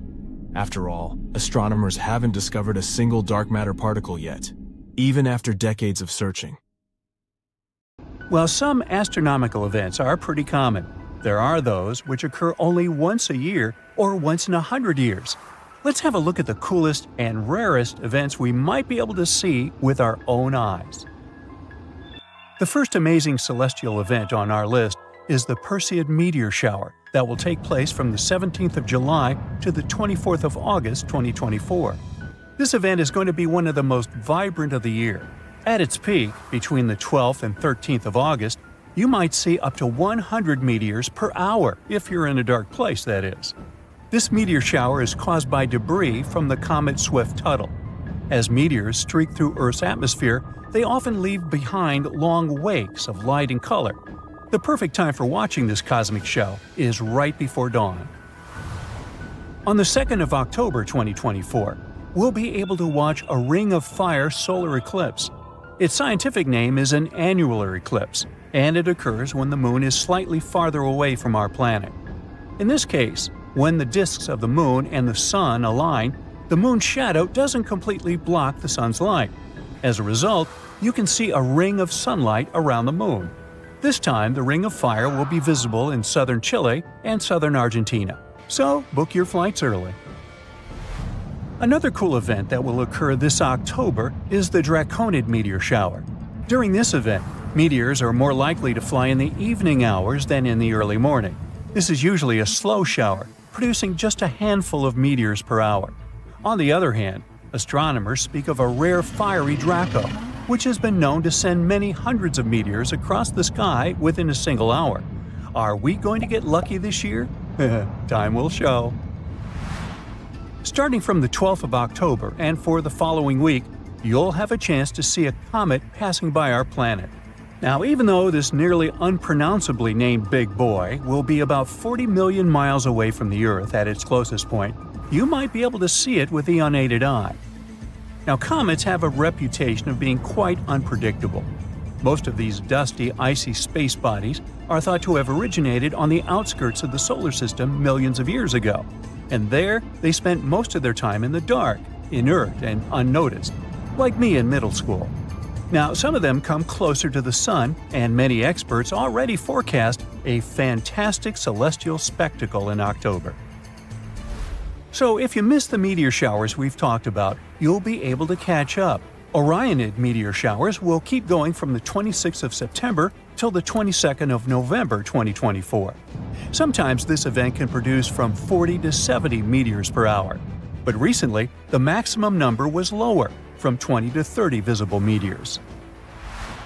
And the final event for this year is going to be the Geminid meteor shower. And let me tell you, this event is going to be breathtaking.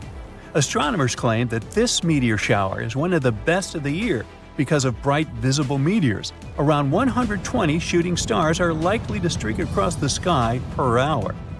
Interestingly, while most meteor showers come from comets consisting of dust and ice, the Geminids originate from a rocky asteroid.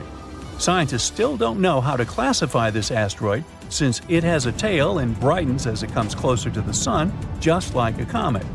On the other hand, recently, astronomers have discovered that the asteroid's tail is not made up of dust, but of sodium gas. Alright, let's travel farther into the future. In 2029, we'll witness the darkest lunar eclipse of the century.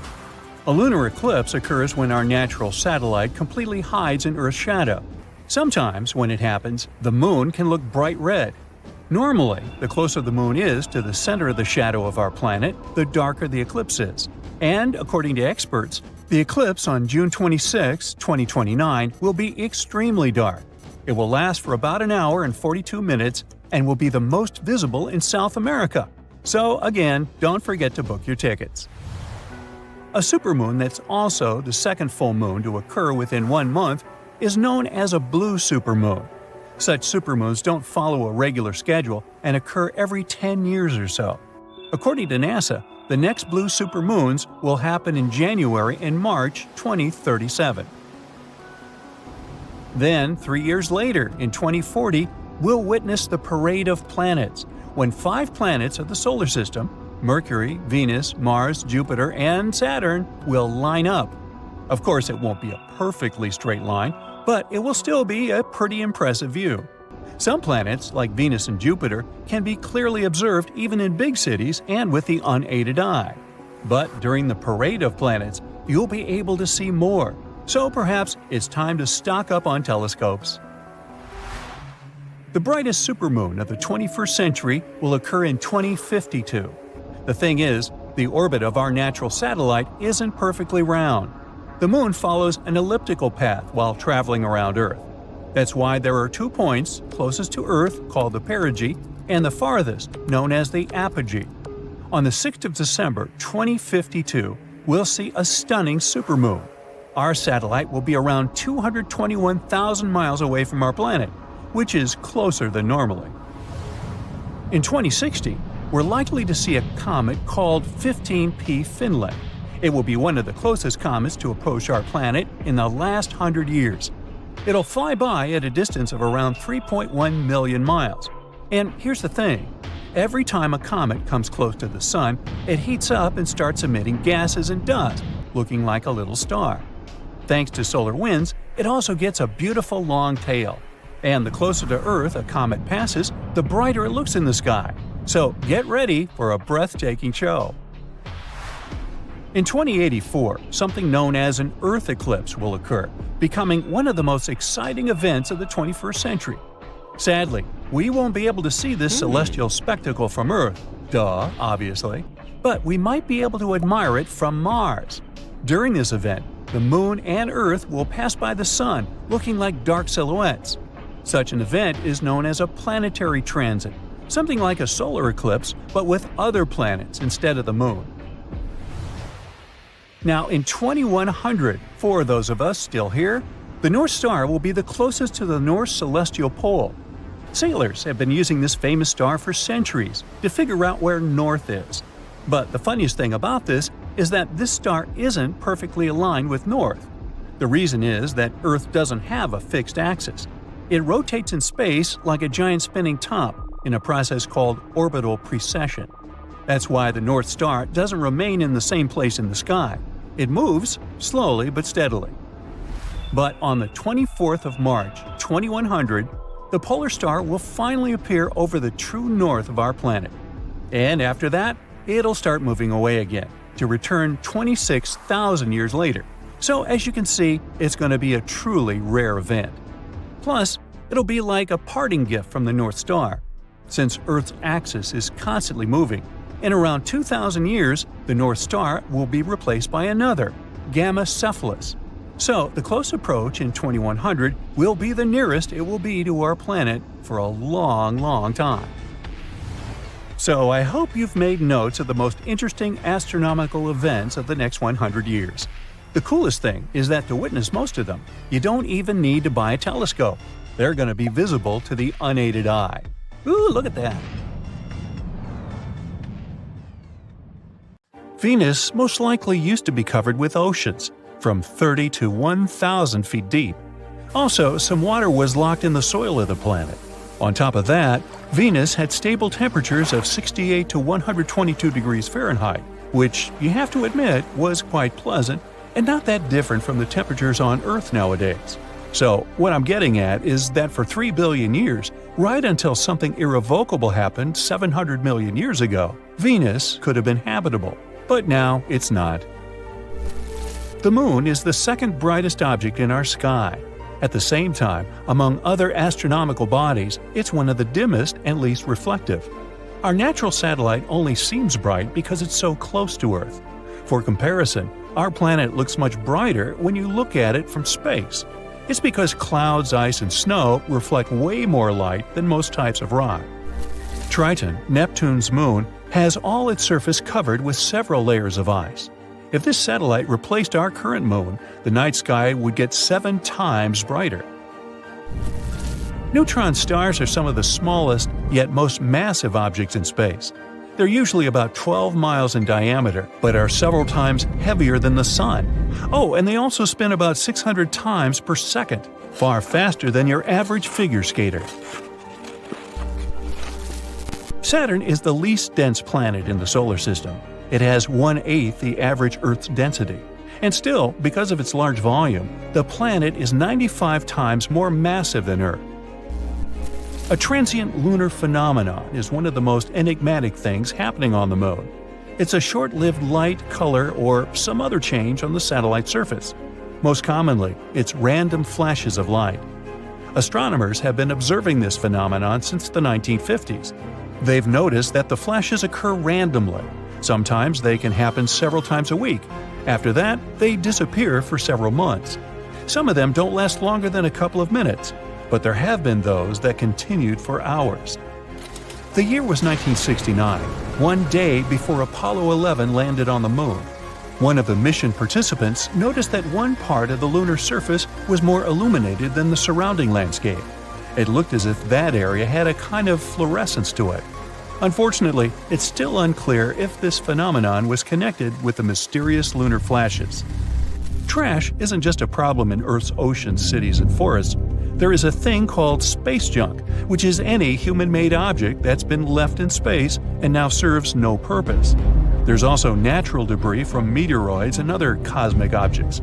There are currently over 500,000 pieces of space debris orbiting the Earth at speeds high enough to cause significant damage if they were to collide with a spacecraft or satellite. NASA does its best to track every single object to ensure that missions outside Earth can reach their destination safely. Our Sun is insanely massive. Want some proof? 99.86% of all the mass in the solar system is the mass of the Sun. In particular, the hydrogen and helium it's made of. The remaining 0.14% is mostly the mass of the solar system's 8 planets. The Sun's temperature is hotter than the surface of a star. The surface temperature reaches 10,000 degrees Fahrenheit, but the upper atmosphere heats up to millions of degrees. If someone could dig a tunnel straight into the center of the planet and out the opposite side, and you were adventurous enough to jump into it, it would take you 42 minutes to fall to the other side. You'd speed up as you fell, reaching maximum speed by the time you reached Earth's core. After the halfway point, you would then fall upwards, getting slower and slower. By the time you reached the opposite surface, your speed would be back to 0. Unless you managed to climb out of the hole, you'd immediately start falling again, back down or up to the other side of the planet. This trip would go on forever, all thanks to the weird effects of gravity. Hey, might be a fun way to spend an afternoon. There might be more metals, for example titanium or iron, in lunar craters than astronomers used to think. The main problem with this finding? It contradicts the main theory about how the moon was formed. That theory says that Earth's natural satellite was spun off from our planet after a collision with a massive space object. But then, why does Earth's metal-poor crust have much less iron oxide than the moon's? It might mean the moon was formed from the material lying much deeper inside our planet. Or these metals could have appeared when the molten lunar surface was slowly cooling down. Or maybe, as they've been saying for centuries, it's made of green cheese. Earth could have been purple before it turned blue and green.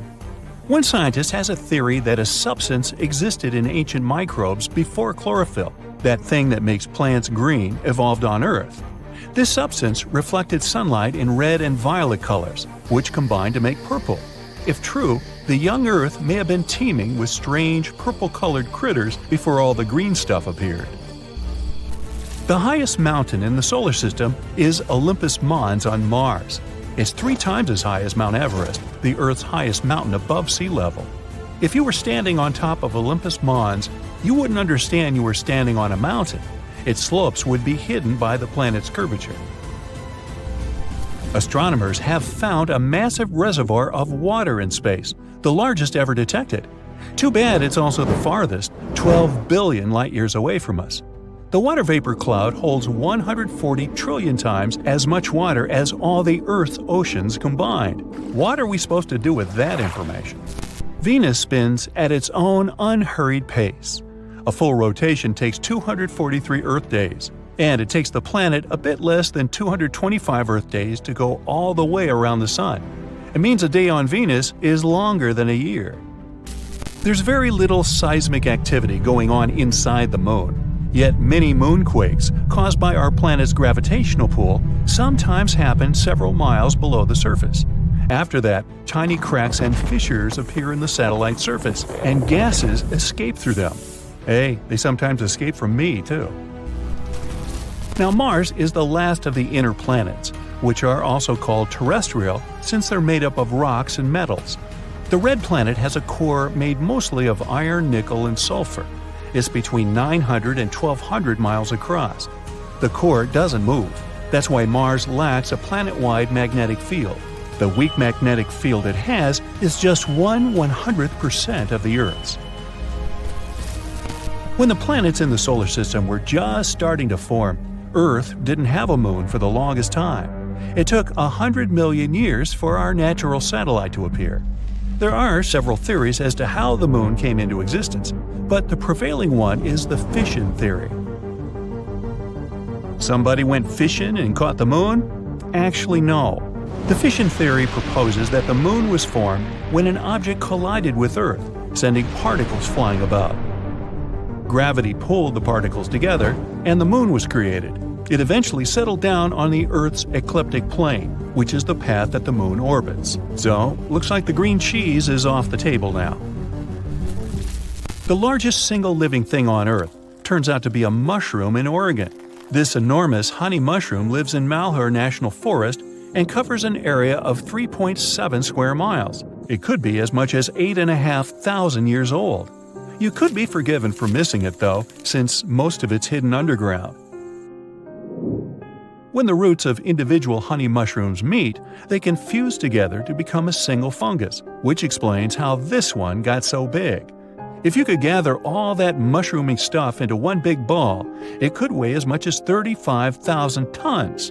That's about as heavy as 200 gray whales. Hey, that's a whale of a mushroom. Hehe. The largest asteroid in the solar system is called Vesta, and it's so big that it's sometimes even called a dwarf planet. A trip to the nearest star, apart from the Sun, would take you 5 million years on a commercial airplane. That's what I call a long-haul flight. Space isn't supposed to be black. There are stars everywhere. Shouldn't they light up everything around? Well, you don't see stars wherever you look because some of them haven't existed long enough for their light to reach Earth. A day on Uranus lasts 17 hours, 14 minutes, and 24 seconds. But get this, the planet has a tilt of around 98 degrees. and that makes a season on the gas giant last 21 Earth years. Now, some scientists believe that our planet used to have an additional satellite. According to their research, a small celestial body about 750 miles wide orbited Earth like a second moon. It most likely crashed into our main satellite later on.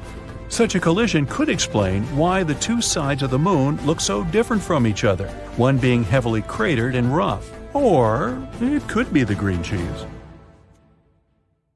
In May 2024, stunning auroras adorning the night sky demonstrated all the power that solar storms emit as radiation. But sometimes, our sun does things that are far more destructive. I'm talking about solar particle events. During these events, blasts of protons coming directly from the surface of the sun can shoot out like giant cosmic searchlights. According to records, an extreme particle event hits Earth every 1,000 years or so. It often causes bad damage to the ozone layer and increases levels of ultraviolet radiation closer to the surface of our planet.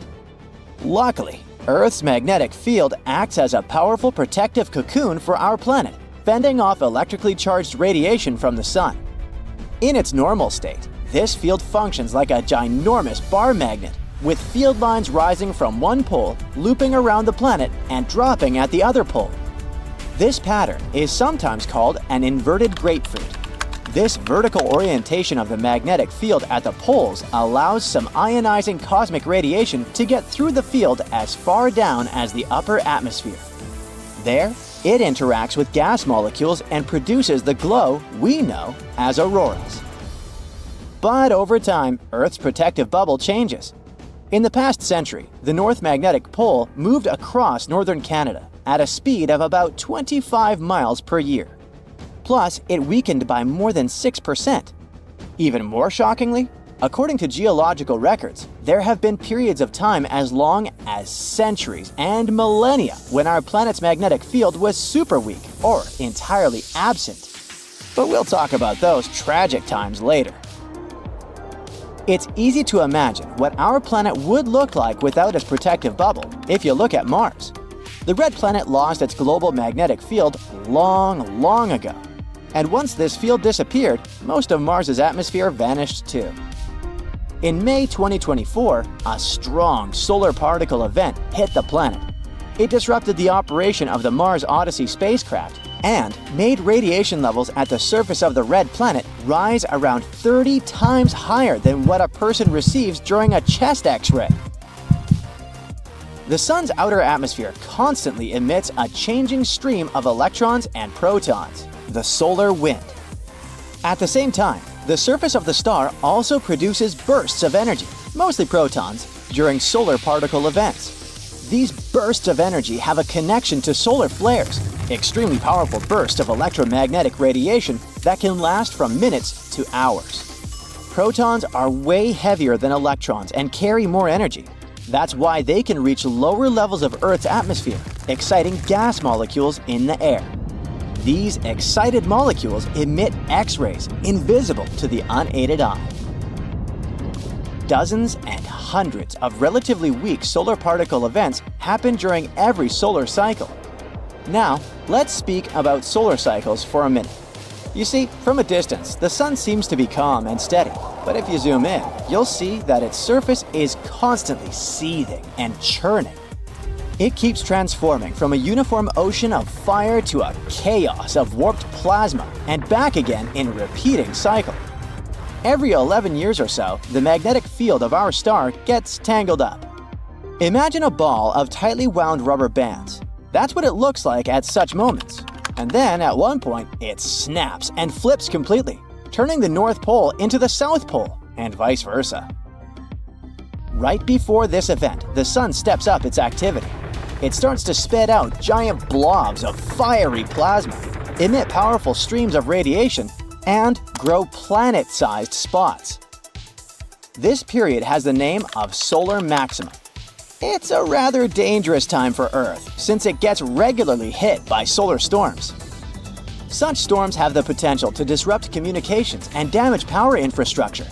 Even worse, solar storms can harm astronauts working in space and even make satellites crash into the planet. As the cycle ends, it fades back to the solar minimum, and then a new cycle begins. Anyway, back to our solar particle events. Researchers have found traces of extremely strong solar events happening throughout the history of Earth.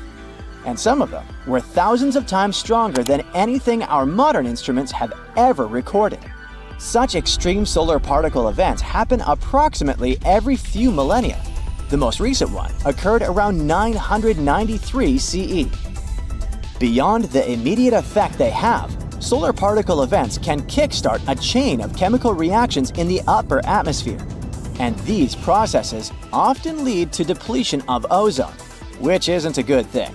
Ozone absorbs harmful solar UV radiation, which can damage not only our eyesight, but also the DNA of living beings. Plus, changing the amounts of ozone in the atmosphere can impact the climate. In a recent study, researchers used large computer models to examine how extreme solar particle events affect Earth.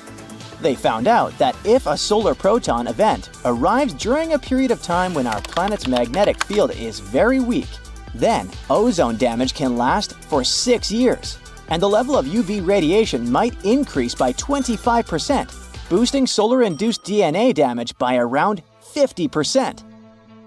And apparently, this dramatic combination of a weak magnetic field and extreme solar proton events happens quite often. And some researchers believe that it may even explain a few mysterious occurrences in the past of our planet. For example, the most recent period of weak magnetic field started 42,000 years ago and lasted for around 1,000 years. This period included a temporary switch in the North and South poles. Several major evolutionary events happened during that time. For example, the last Neanderthals disappeared in Europe, along with the extinction of marsupial megafauna in Australia. Yeah, sadly, we won't see any giant wombats and giant kangaroos anymore. One more, even bigger evolutionary event might also be linked to Earth's geomagnetic field. Multicellular animals appeared at the end of the Ediacaran period, which started around 635 million years ago, and it occurred after a 26 million year period of extremely weak or even absent magnetic field. The rapid evolution of different groups of animals in the Cambrian explosion, about 539 million years ago, might have also been related to high UV levels and geomagnetism. The simultaneous evolution of hard body shells and eyes in multiple unrelated groups could have been necessary to detect and avoid harmful incoming UV rays. A complete reversal of Earth's geomagnetic poles might have a serious impact on the climate of our planet.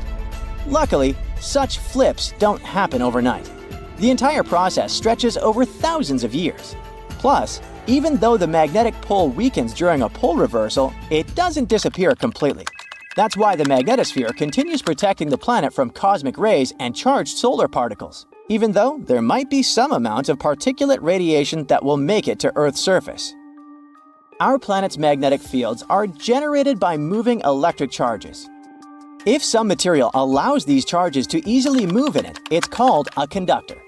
Metal is a great conductor, and we often use it to transfer electric currents from one place to another.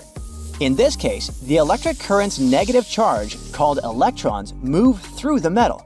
The current is what generates a magnetic field. Earth's outer core is made of liquid iron and nickel. In other words, there are layers and layers of conducting material inside our planet. Currents of charges are constantly moving throughout the core, and the liquid metal is also moving and circulating there, generating the magnetic field. This magnetic field, in turn, produces something resembling a bubble around the planet. It's called the magnetosphere, and it's located above the uppermost part of the atmosphere. This layer shields and deflects high-energy cosmic ray radiation, which otherwise would be extremely hazardous to people and other forms of life on Earth.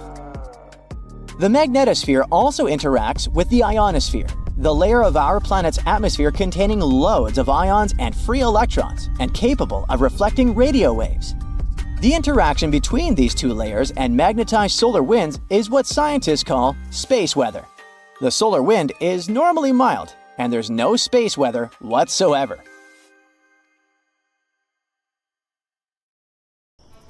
In April 2023, astronomers found something exciting: a runaway black hole.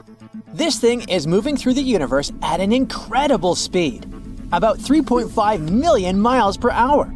It's 4.5 thousand times faster than the speed of sound. They found it accidentally. Researchers noticed that there was some weird straight line in Hubble images. After some digging, they realized there was a moving black hole.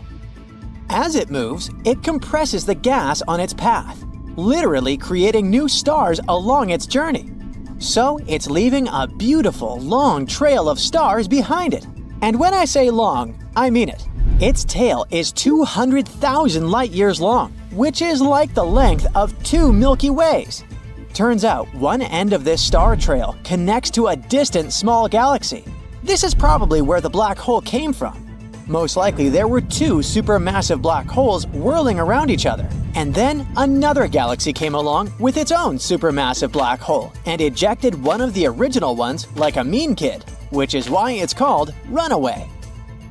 There might be a 9th planet with the very original name, Planet 9, in our solar system. If it exists, it's probably somewhere far beyond Pluto. Astronomers think so because some rocky objects near Neptune move in a weird way, as if they were influenced by the gravity of a large, unseen planet. Planet 9 might be a gas or ice giant, 7 times the mass of Earth. One of the ideas is that it could have existed in our solar system, but then bumped into something huge and ended up with a crazy long orbit around our sun. If we actually discover it, it could change our understanding of the solar system. A new telescope is coming soon, equipped with the largest digital camera ever built, and it will start scanning the sky in 2025. Maybe it will finally spot this mysterious planet. Another awesome discovery was made in 2023. The James Webb Space Telescope found over 500 planet-like objects in the Orion Nebula. Some of them are roughly the mass of Jupiter, so they're literally called Jupiter mass binary objects, or jumbos. They just float out there with no stars, and they're not really stars or planets themselves. What's even crazier is that in about 42 pairs of them, the objects are orbiting each other, even though planets aren't supposed to do that. On top of that, such large objects shouldn't form and exist without a star at all. So now, astronomers are trying to explain this. Perhaps jumbos have formed in places where there was enough stuff for big planet-like objects, but not enough for stars? Or maybe all of them were ejected from their star systems for some reason. Who knows? But now we definitely need to study them. The black hole in the center of our galaxy, Sagittarius A star, used to be super weird. Luckily, it didn't run away like that other one, but it was completely crazy in the past. Astronomers found 2 supermassive structures called the Fermi bubbles and Rosetta bubbles. They spanned about half the width of our entire galaxy, and they've been towering over the Milky Way for over 2 million years now. And scientists think that it's our black hole that created them. It seems like when it was at its peak activity, it had a wild, energetic eruption that lasted about 100,000 years. This event probably left these bubbles. In 2023, the James Webb Space Telescope took a striking, super detailed image of the so-called Herbig-Haro objects. These objects are called Herbig-Haro 46/47. They're basically young stars surrounded by beautiful patches of nebulosity. You can see the stars being surrounded by a disk of material that feeds them as they grow for millions of years. They're located at about 1,470 light-years away, but they're actually not our main topic of discussion. What's much more interesting is this weird thing right below them, a space structure that looks like a question mark. What is this thing? No one knows for sure. It has an orange-red color, which hints that it might be super distant, far from our galaxy, maybe even billions of light-years away. Some think that this strange question mark is probably the result of 2 or more galaxies merging together. One of them was a bit curved, so it's probably a distorted spiral galaxy. The curve might be the tails being stripped off as they spiral towards each other. The other one was rounder and smaller, like a regular spherical one. The gravity games never fail to amaze us. Astronomers started searching for extraterrestrial megastructures. They think that if there's another intelligent civilization out there, they could have built something incredibly huge to power their technology. For example, like Dyson spheres. Hypothetical structures around stars that use the star's energy as fuel. Astronomers analyzed some historical telescope data that detects infrared signals. They spotted some weird signals that could hint at the presence of these structures. In total, there are 7 such candidates right now. All of them are coming from red dwarf stars, which are redder, smaller, and less massive than the Sun. Another research institute found 53 potential candidates. They're still not sure what exactly causes these signals, but it could be not Dyson spheres, but some huge debris. It looks like there are some mysterious structures in the center of our galaxy. In 2023, the James Webb Space Telescope has taken a detailed picture of the Sagittarius C region. It's right near the center of the Milky Way. This image showed a dense area where stars are forming. There were many young stars and dark clouds that blocked the light from the stars behind them. That's a very packed place, with about 500,000 stars of different ages, sizes, and colors. This place is very chaotic and extreme. Now, scientists are using it to study star formation. But the weird part is that they noticed something else: the large region of ionized hydrogen. It looks like cyan in the image. This area is about 25 light-years long, surrounding the lower side of dense cloud. And it looks like there are some needle-like structures. They seem to be located randomly, and astronomers have no idea what they are. So now they have to study this in more detail. Astronomers have found a super rare massive galaxy. It's called JWST 7329, and it's absolutely ancient. Our entire universe is about 13.8 billion years old, but the stars in this galaxy seem to have formed around 13 billion years ago, so just around 800 million years after the Big Bang. Also, this venerable elder has 4 times more mass in stars than our Milky Way does today. This strange discovery challenges what we know about galaxy formation and the nature of dark matter. Everything we know tells us that galaxies shouldn't have formed so early. There shouldn't have been enough dark matter for that, but here we are. So, perhaps our models need some revision. There was an incredible astronomical event called AT 2021 LWX, which is also called Scary Barbie. It was an unbelievably bright burst of energy that happened on April 13, 2021. It's one of the most energetic space events ever observed. No galaxies or quasars were nearby. So what in the world happened? At first, astronomers thought that it was caused by a supermassive black hole pulling in a massive star. But after some studying, they think it's probably because a giant black hole had some crazy dinner. It probably ate a large amount of gas, possibly a giant molecular cloud. The titanic black hole in question is between 100 million and 1 billion times the mass of the Sun. This is one of the most massive known and active black holes. Astronomers found the oldest strand of the cosmic web ever seen. The cosmic web is what we call a huge structure of the universe that's made of interconnected filaments of galaxies and dark matter. They're like a framework for galaxies and other structures, playing a crucial role in their formation. The filament we're talking about is made up of 10 closely packed galaxies. It's unimaginably huge, stretching over 3 million light-years. And it looks like the newly discovered strand is very ancient.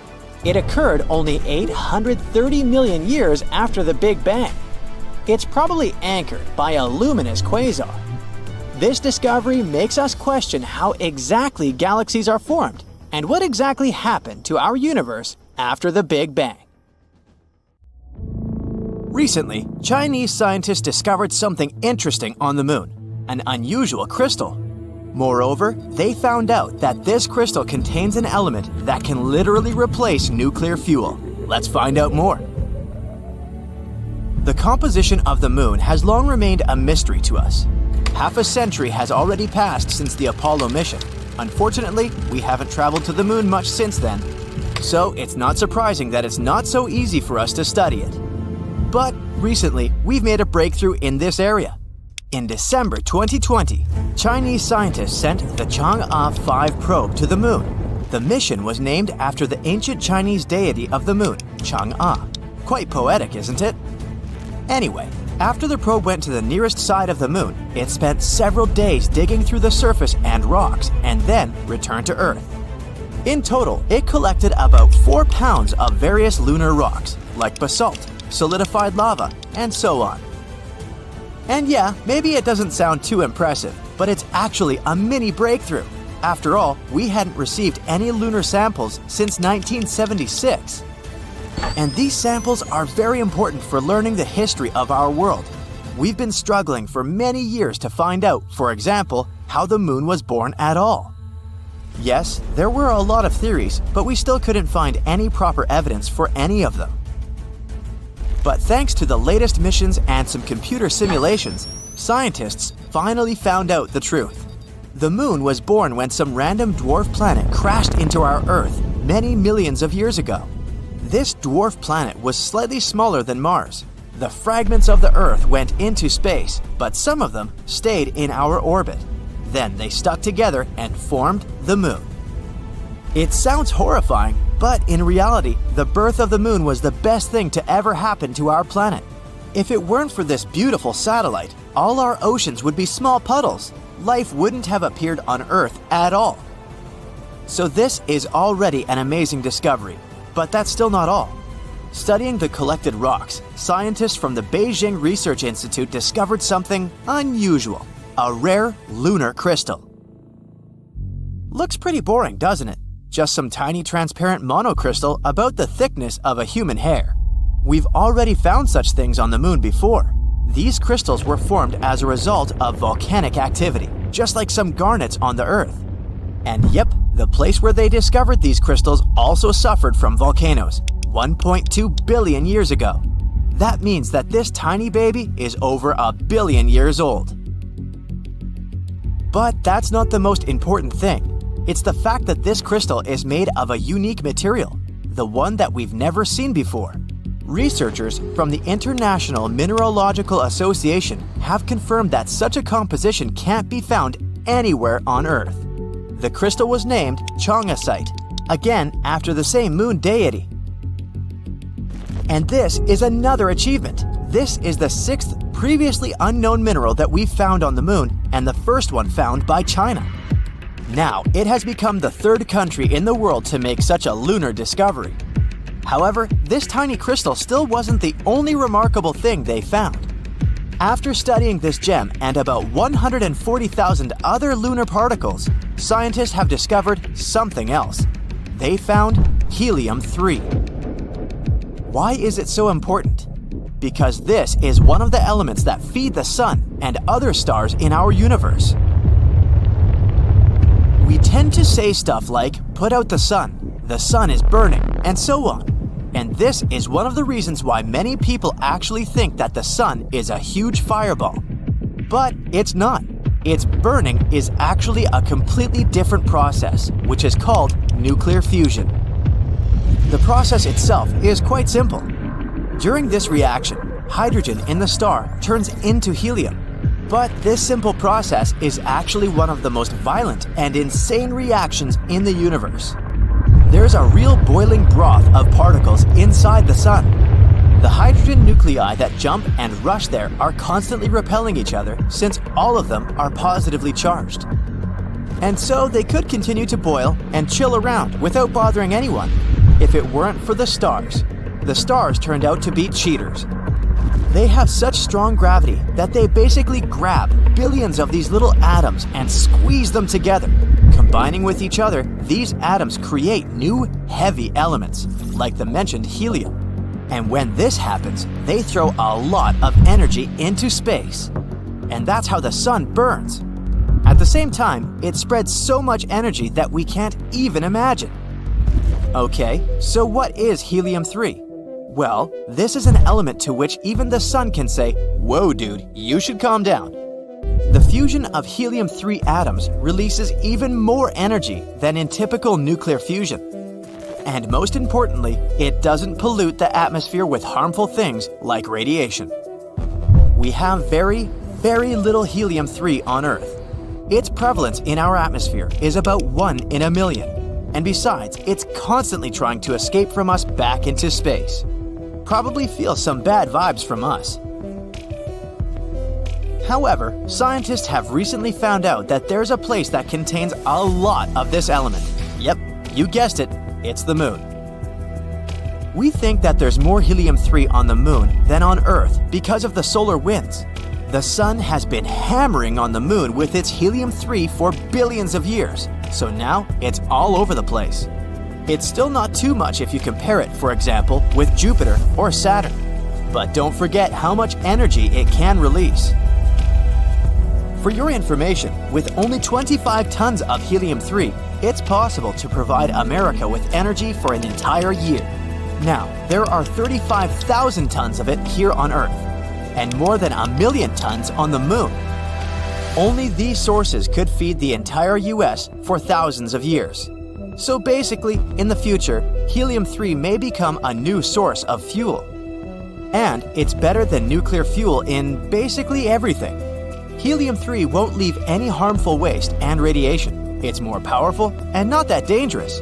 In other words, this environmentally friendly and efficient energy could be a revolution for our planet. Sounds cool, huh? So, what are we waiting for? Grab the shovels, you might say. But there's a little problem here. Unfortunately, we haven't yet come up with anything as wildly strong and hot as the stars. To use helium-3, we need crazy temperatures and pressure. We need a thermonuclear reactor, and we have no idea how to build it, yet. And even if we could heat it up to such temperatures and get the needed pressure, we still don't really know how to handle helium-3 correctly. Therefore, even if we have an infinite amount of helium-3, we still won't be able to use it. But still, there's a great power behind helium-3, so it's not surprising that different countries have already started a race for nuclear resources.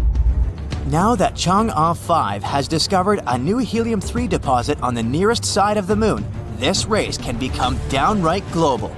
For example, China already plans a new lunar mission in 2024, Chang'e 6. During this mission, they want to collect the first samples from the far side of the moon. As you can see, finding this lunar crystal was very important for us. These crystals can help us find new ways to create helium-3. And if we manage to do that, humankind will enter a new era. But to do this, we still have to solve a number of problems. How to deliver a bunch of these lunar crystals to Earth, how to make them produce energy, and so on. Let's hope that in the future these issues will be resolved and we'll find a way to produce clean, safe, unlimited energy. Is there a giant mega-sun in the center of our Milky Way? Scientists actually thought so for a while because it's the brightest place in the galaxy. It has millions of stars packed into a small area. This area is called the Gigantic Bulge. The Gigantic Bulge has millions more stars per light-year than any other part of the galaxy. It can be 10 million times denser than our part of the neighborhood. In some cases, stars in this region are only 5 light days apart. That's like if there was another star in our solar system a bit further away than Pluto on a space scale. But why is this place so dense? When galaxies form, a lot of gas and dust come together under the force of gravity. This material gathers up and eventually forms stars. Gravity and angular momentum balance out, and it starts looking like a flat disk with a pretty bright, bulging, dense core. The stars live their comfy lives, and once they get to the finishing line, they collapse under their own huge weight. Then, the black hole forms. Black holes love to eat everything around them, and the more they eat, the bigger they get. And what place is more perfect for a fine dinner than the galaxy center, where all the space stuff is packed together? So it starts eating surrounding gas and dust, forming an accretion disk. As this material spirals into the black hole, it heats up and emits a lot of energy, which makes the center of the galaxy even brighter. That's why you can find both supermassive black holes and galactic bulges in the centers of all galaxies. The galactic bulge at the center of the Milky Way looks a bit like an ellipse. That's a classical bulge. Stars aren't like our sun. They move randomly in all possible directions and planes. Plus, they all move at different speeds. So gravity is going crazy there, and this makes the bulge look more like a sphere, or an ellipse. Since they were the first ones to form, they have some of the most ancient stars in our galaxy. But there are also some places of star formations and lots of younger, massive stars that are less than 100 million years old. As we move farther away from the center, things get a bit calmer. Stars start rotating uniformly and become stable. Right now, Earth is in one of the Milky Way's spiral arms called the Orion Arm, pretty far away from the galactic bulge. In our part of the neighborhood, stars are usually about 4 or 5 light years apart. This means that most of a galaxy is actually just black, empty space. Our black hole is called Sagittarius A star. It's a monster about 4 million times the mass of our Sun. It's also about 32 million miles in size, almost like the distance between Mercury and the Sun. But don't worry, it's not attracting the Milky Way inside it, and it's not gonna eat us. These black holes are actually super small compared to the entire galaxy, so they can only eat whatever's around. Right now, many stars orbit Sagittarius A star, and even though it emits a huge amount of energy, we can't see its light from Earth without a lot of scientific effort. But why don't we see the center itself? The galactic bulge is so bright that even though it's 26,000 light years away, we should see it shining brightly in our sky. Yet we don't. Turns out it's all because of space dust. There's a lot of dust between us and the core, and it absorbs most of the visible light. We can only look at the galactic core using other types of light, like near-infrared, gamma ray, and so on. NASA has images of the core in different types of light, and it shows how scarily bright the center is without the dust blocking our view. But not all bright regions are blocked by gas and dust. For example, when we look at dense clusters like the Messier 13, the stars are so close together that they look just like a white spot. Most of our telescopes can't separate them from each other. The satellite galaxy M32, our neighbor near the Andromeda galaxy, has about 84 stars per light year. It's so dense that stars can't be resolved even by the Hubble Space Telescope. To get the idea, our solar system is 2 light years long. We'd see about 168 stars outside our window if we were there. Our closest star is Alpha Centauri. It's about 4 light years away from the Sun.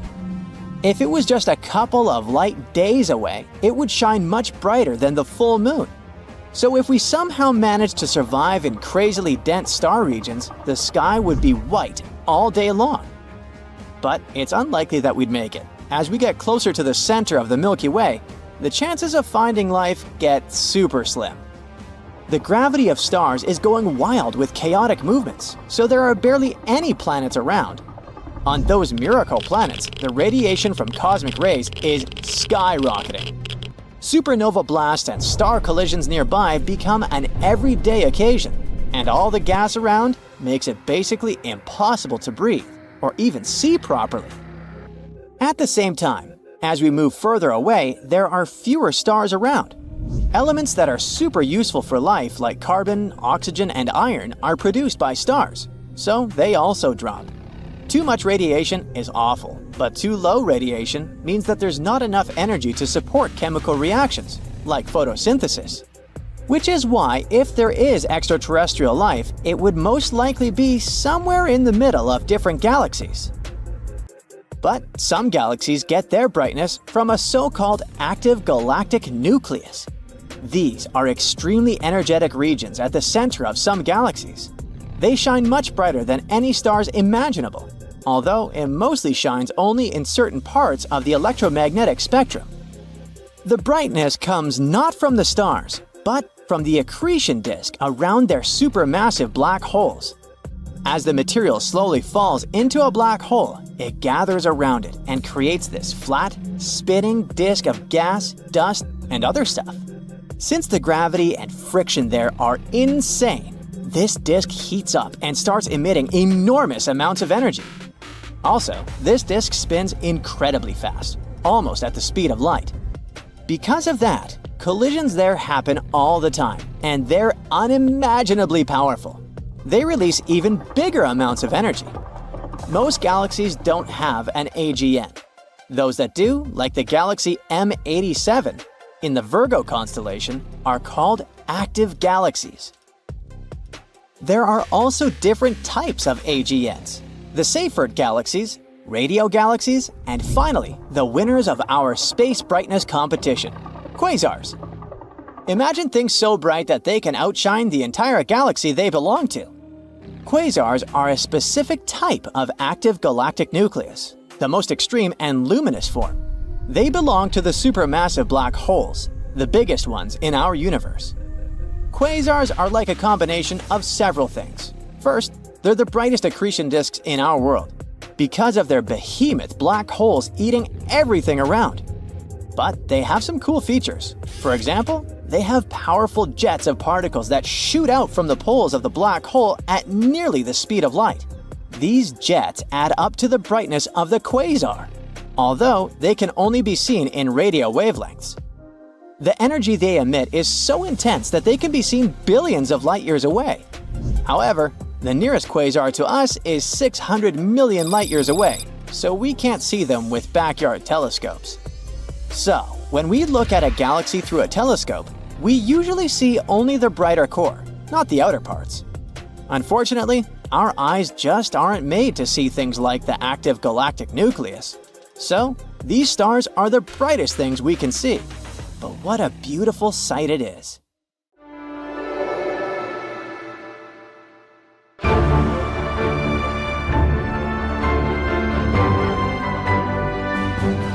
On August 20th, 1977, the most ambitious space mission took off from Earth. The main goal of Voyager 2 was to study the outer solar system up close. It became possible because of a rare alignment of planets. Voyager 2 was supposed to study all the gas giants of the solar system: Jupiter, Saturn, Uranus, and Neptune. Astronomers also hoped it would be able to find and explore the edge of the solar system. Since Voyager 2 was built for interstellar travel, the probe was equipped with a large 12-foot wide antenna. It allowed the spaceship to send the data it gathered back to Earth. During its journey, the space probe discovered a 14th moon of Jupiter. Voyager 2 was the only spaceship to study all 4 giant planets from up close. It was the first human-made object to fly past Uranus, where it found 2 new rings and 10 new moons. Voyager 2 also flew by Neptune and noticed its great dark spot. That's a colossal spinning storm in the planet's southern hemisphere. The storm is the size of Earth and moves at a speed of 1,500 miles per hour. These winds are the strongest ever recorded on any planet of the solar system. In the history of space exploration, only 5 spacecraft have managed to leave the gravitational pull of the solar system. Those were Pioneer 10 and 11, Voyager 1 and 2, and New Horizons. People launch thousands of objects into space. These objects easily overcome Earth's gravity. But the Sun is around 300,000 times as massive as our home planet. That's why its gravitational pull is way more difficult to fight. Even more impressively, Voyager 2 is the second human-made object in history to reach the space between stars after passing through the heliosphere. That's a bubble of magnetic fields and particles produced by the Sun and protecting the solar system. 2 years after its launch, Voyager 2 started transmitting the first images of Jupiter. The space probe provided scientists with much-needed information about Io and Europa, some of the largest of Jupiter's moons. Then the space mission passed by the gas giant itself. The distance between the spacecraft and the planet was around 400,000 miles. That's when the probe noticed some changes in the shape and color of the Great Red Spot. It's an enormous, long-lived storm system, like a hurricane on Earth, but much, much larger. 2 years later, Voyager 2 reached Saturn. It discovered spokes and kinks in some of the planet's rings. While the spacecraft was flying behind and up past the gas giant, it passed through the plane of Saturn's rings. At that time, Voyager's speed was around 8 miles per second. For several minutes, the probe was hit by thousands of micron-sized grains of dust.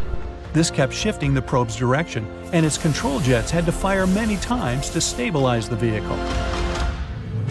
After Voyager 2 explored Uranus and Neptune, it headed out of the solar system. Its instruments were put in low power to save energy. In August 2007, the spacecraft passed the terminal shock. It's the boundary marking the outer limit of the Sun's influence. Here, the solar wind slows down. In the summer of 2013, the probe reached interstellar space. Now, when it comes to sending and receiving signals in space, there are 3 factors you should keep in mind: distance, power, and time. The farther away a spacecraft is, the farther a signal has to travel before it reaches it, and the longer it takes for this signal to catch up with the spacecraft. And when it finally gets there, it's extremely weak. Another problem is that once the spacecraft is launched, it can't be upgraded. It's literally stuck with the technology it was outfitted with. Plus, such spaceships as Voyager 2 are powered by radioactive fuel. When special material radioactively decays, it releases heat that gets converted into electricity. Unfortunately, the more material decays away, the less power the spacecraft has for receiving and transmitting radio signals. Despite this issue, we haven't lost the connection with Voyager 1 and 2. That's because new and more powerful technologies appear on Earth.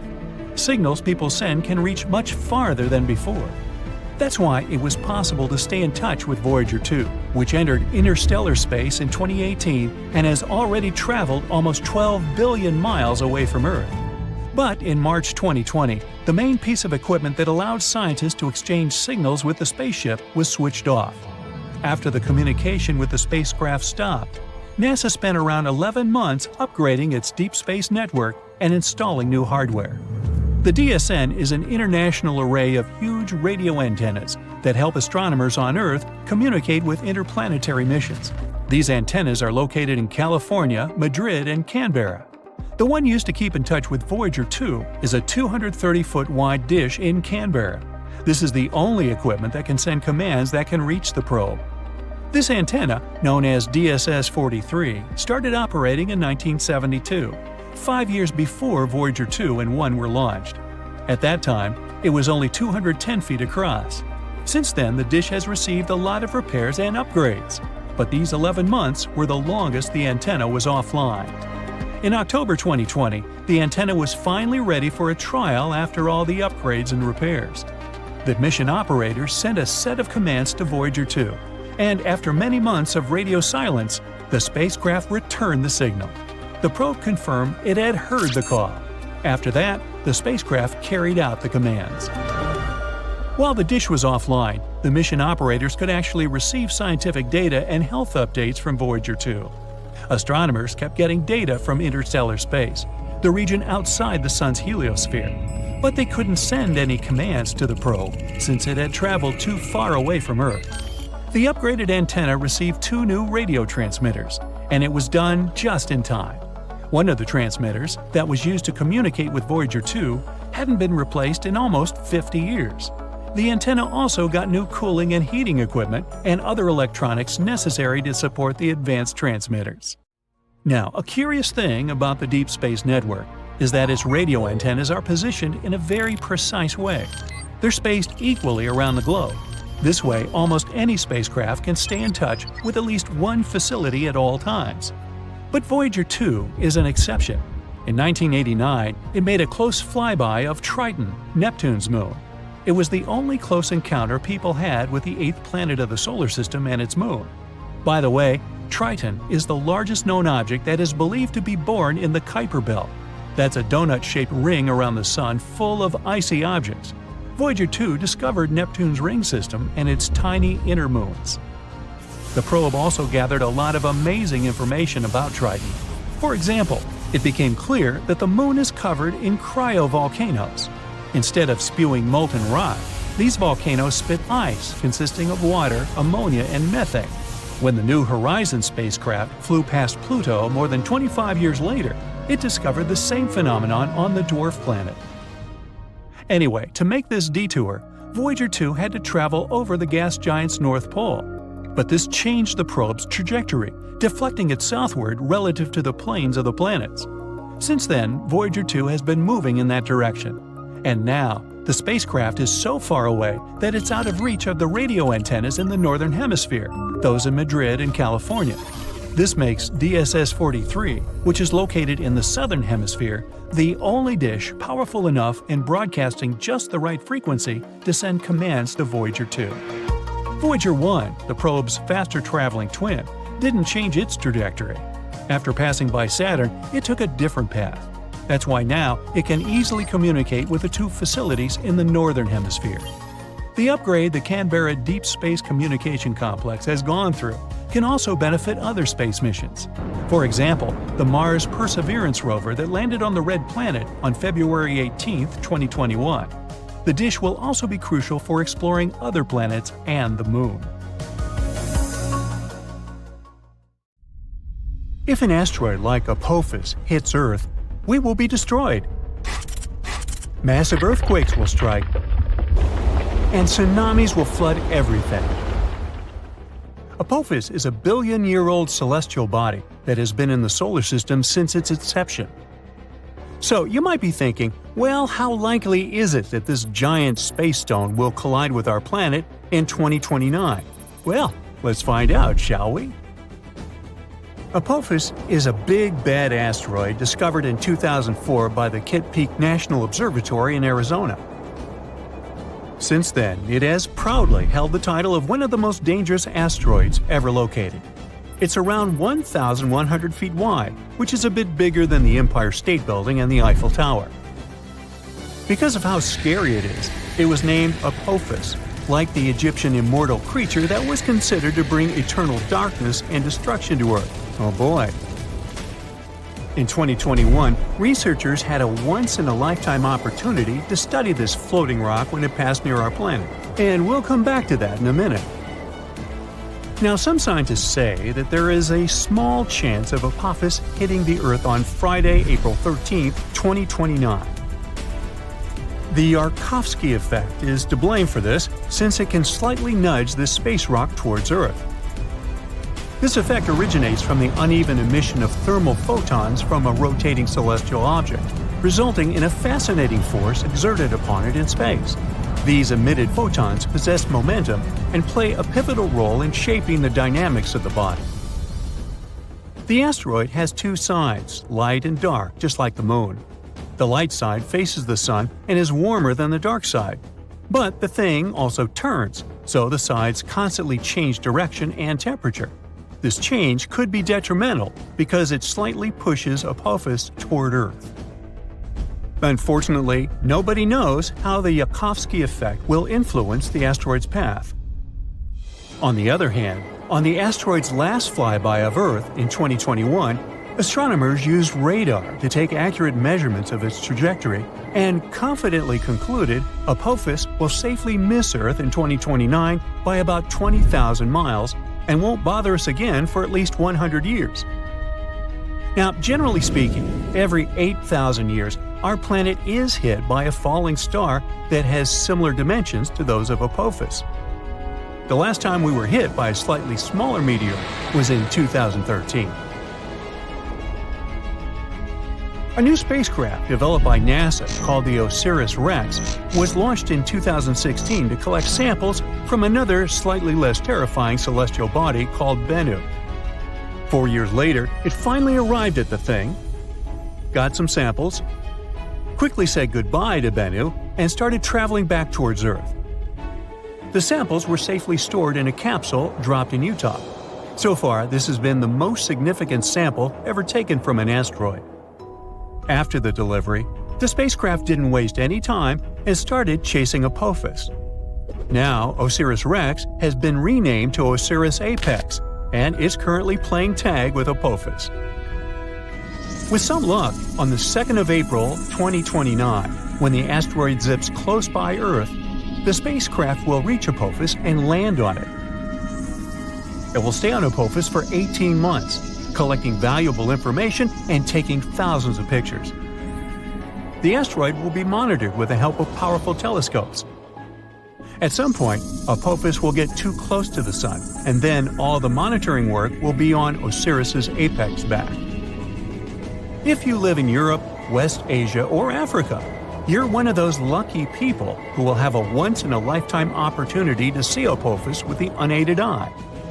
It'll be visible in the sky in these regions in 2029, and those who have telescopes will be able to spot it once again in 2036.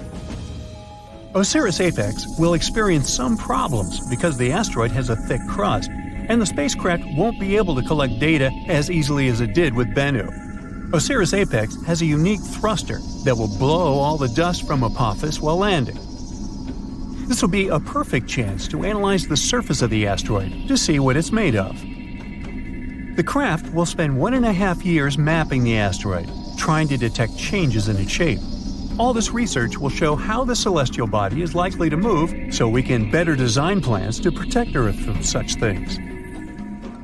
In 2025, NASA is also going to launch the mission Apophis Pathfinder, and it will be the first spaceship to ever touch this asteroid. It will land approximately a year after its launch. Also, NASA has proposed sending a swarm of tiny craft into space to help humanity develop effective protective tactics against asteroid strikes. We know that Apophis originated in the primary asteroid belt between Mars and Jupiter. In the past million years, this celestial body has changed its path because of the considerable influence of Jupiter's gravitation. Now it seems like it favors the Sun more, meaning this asteroid will come very close to Earth. That's why it's classified as a near-Earth celestial body. A lot of tests and research have been done to find a way to deal with asteroids. Some solutions include drilling and detonating the space body from inside, or testing new technologies, like attaching rockets to it and trying to steer it away from Earth. We can also hit it with something moving at high speeds to make it change its course. Apophis is an S-type asteroid made of rocks and minerals like iron and nickel, and is shaped like a peanut. It can tell us a lot about the past and possibly the future. Sampling this space object could reveal how life on Earth began and how plants appeared. There are many theories that suggest that water arrived on our planet on an asteroid or a comet. Asteroids are like priceless time capsules. Unlike rocks on Earth, which have undergone thousands of changes, like erosion, most celestial bodies are still intact and much easier to study. When meteors fall on Earth, they get covered in debris that's impossible to clean. That's why studying Apophis while it's still in space is so important. Also, some asteroids are made of precious metals like platinum. Right now, we have a high demand for metals that we use in production, and mining metals on Earth is quite tricky. Just one large meteor might have iron, nickel, gold, and platinum that could last us millions of years. If Apophis has this amount of metals, well, we'd want to break it down and bring it back to Earth. One space rock could be worth quadrillions of dollars, making space mining highly profitable. And still, it would cost us more to get it back to Earth than to dig up these materials here. As technology progresses and new kinds of rockets are developed, this might become possible at some point. So, even though we're safe for the next 100 years from Apophis, you probably still want to see what would happen if something like it did impact. Come on, sure you do. Well, first let me tell you, you'll hear the sound of the collision and know what's happened even if you're miles away. You should leave your house or apartment immediately. Shortly after the impact, massive earthquakes will strike, and many tall buildings will fall. So, staying away from cities might be your best option if you have a choice. But don't escape by car. There will be massive traffic jams, and everyone will panic. Going on foot or by bike is your best option in this scenario. A prime way of transportation will be traveling by plane, so if you've always wanted to get that pilot license, now you've got a good excuse. If you have time, take along extra snacks and water, and an extra pair of socks. It's nice to live by the ocean or the sea, but in this scenario, it's the worst place to be, because giant tsunami waves will hit coastlines after the impact. If you live far away from the impact area, the tsunami might take 30 hours to arrive. You'll have a bit of time to prepare. Our Sun is an average-sized star, and still, it could fit 1,300,000 Earths. The star is also 333,000 times as heavy as our planet. NASA has translated radio waves created by planets' atmospheres into audible sounds. That's how astronomers found out that Neptune sounds like ocean waves, Jupiter like being underwater, and Saturn's voice resembles background music to a horror movie. Here on Earth, it's bebop jazz. No, I made that up. The sun's surface is scorching hot, but a bolt of lightning is 5 times hotter. Earth gets struck by 100 lightning bolts every second, which results in 8 million lightning strikes a day and around 3 billion a year. Ooh, shocking. If you manage to go to the moon one day and see fresh footprints, that doesn't mean there's someone else there with you. Footprints or similar marks can last for 1 million years over there. Because the moon doesn't have an atmosphere. There are no winds, not even a breeze, that can slowly erase those footprints. Astronomers have found the largest hole we've ever seen in the universe. It's the giant void that spreads 1 billion light-years across. They found it accidentally. One of the research team members was a little bored and wanted to check how things are going in the direction of the cold spot. That's an anomaly in the Cosmic Microwave Background Map, or CMB for short. It's a faint glow of light that falls on our planet from different directions and fills the universe. It's been streaming through space for almost 14 billion years as the afterglow that occurred after the Big Bang. So you fall right into the heart of the black hole and prepare for a sad end. Well, you don't have to. Falling into a black hole won't necessarily destroy you or your spaceship. You have to choose a bigger black hole to survive. If you fall into a small black hole, its event horizon is too narrow, and the gravity increases every inch down. So if you extend your arm forward, the gravity on your fingers is much stronger than on your elbow. This will make your hand lengthen, and you'll feel some discomfort. Rather significant, to be honest. Things change if you fall into a supermassive black hole, like the ones in the center of galaxies. They can be millions of times heavier than the Sun. Their event horizon is wide, and the gravity doesn't change as quickly. So, the force you'll feel at your heels and at the top of your head will be about the same. And you can go all the way to the heart of the black hole. This myth is busted. If you watch a very touching movie in space and start crying, your tears won't run down. They will gather around the eyeballs. Your eyes will get too dry, so you'll feel like they're burning. Any exposed liquid on your body will vaporize, including the surfaces of your tongue. Speaking of burning, that's one thing fire can't do in space. Fire can spread when there's a flow of oxygen, and since there's not any in space, well. Once they explode, stars aren't supposed to come back to life.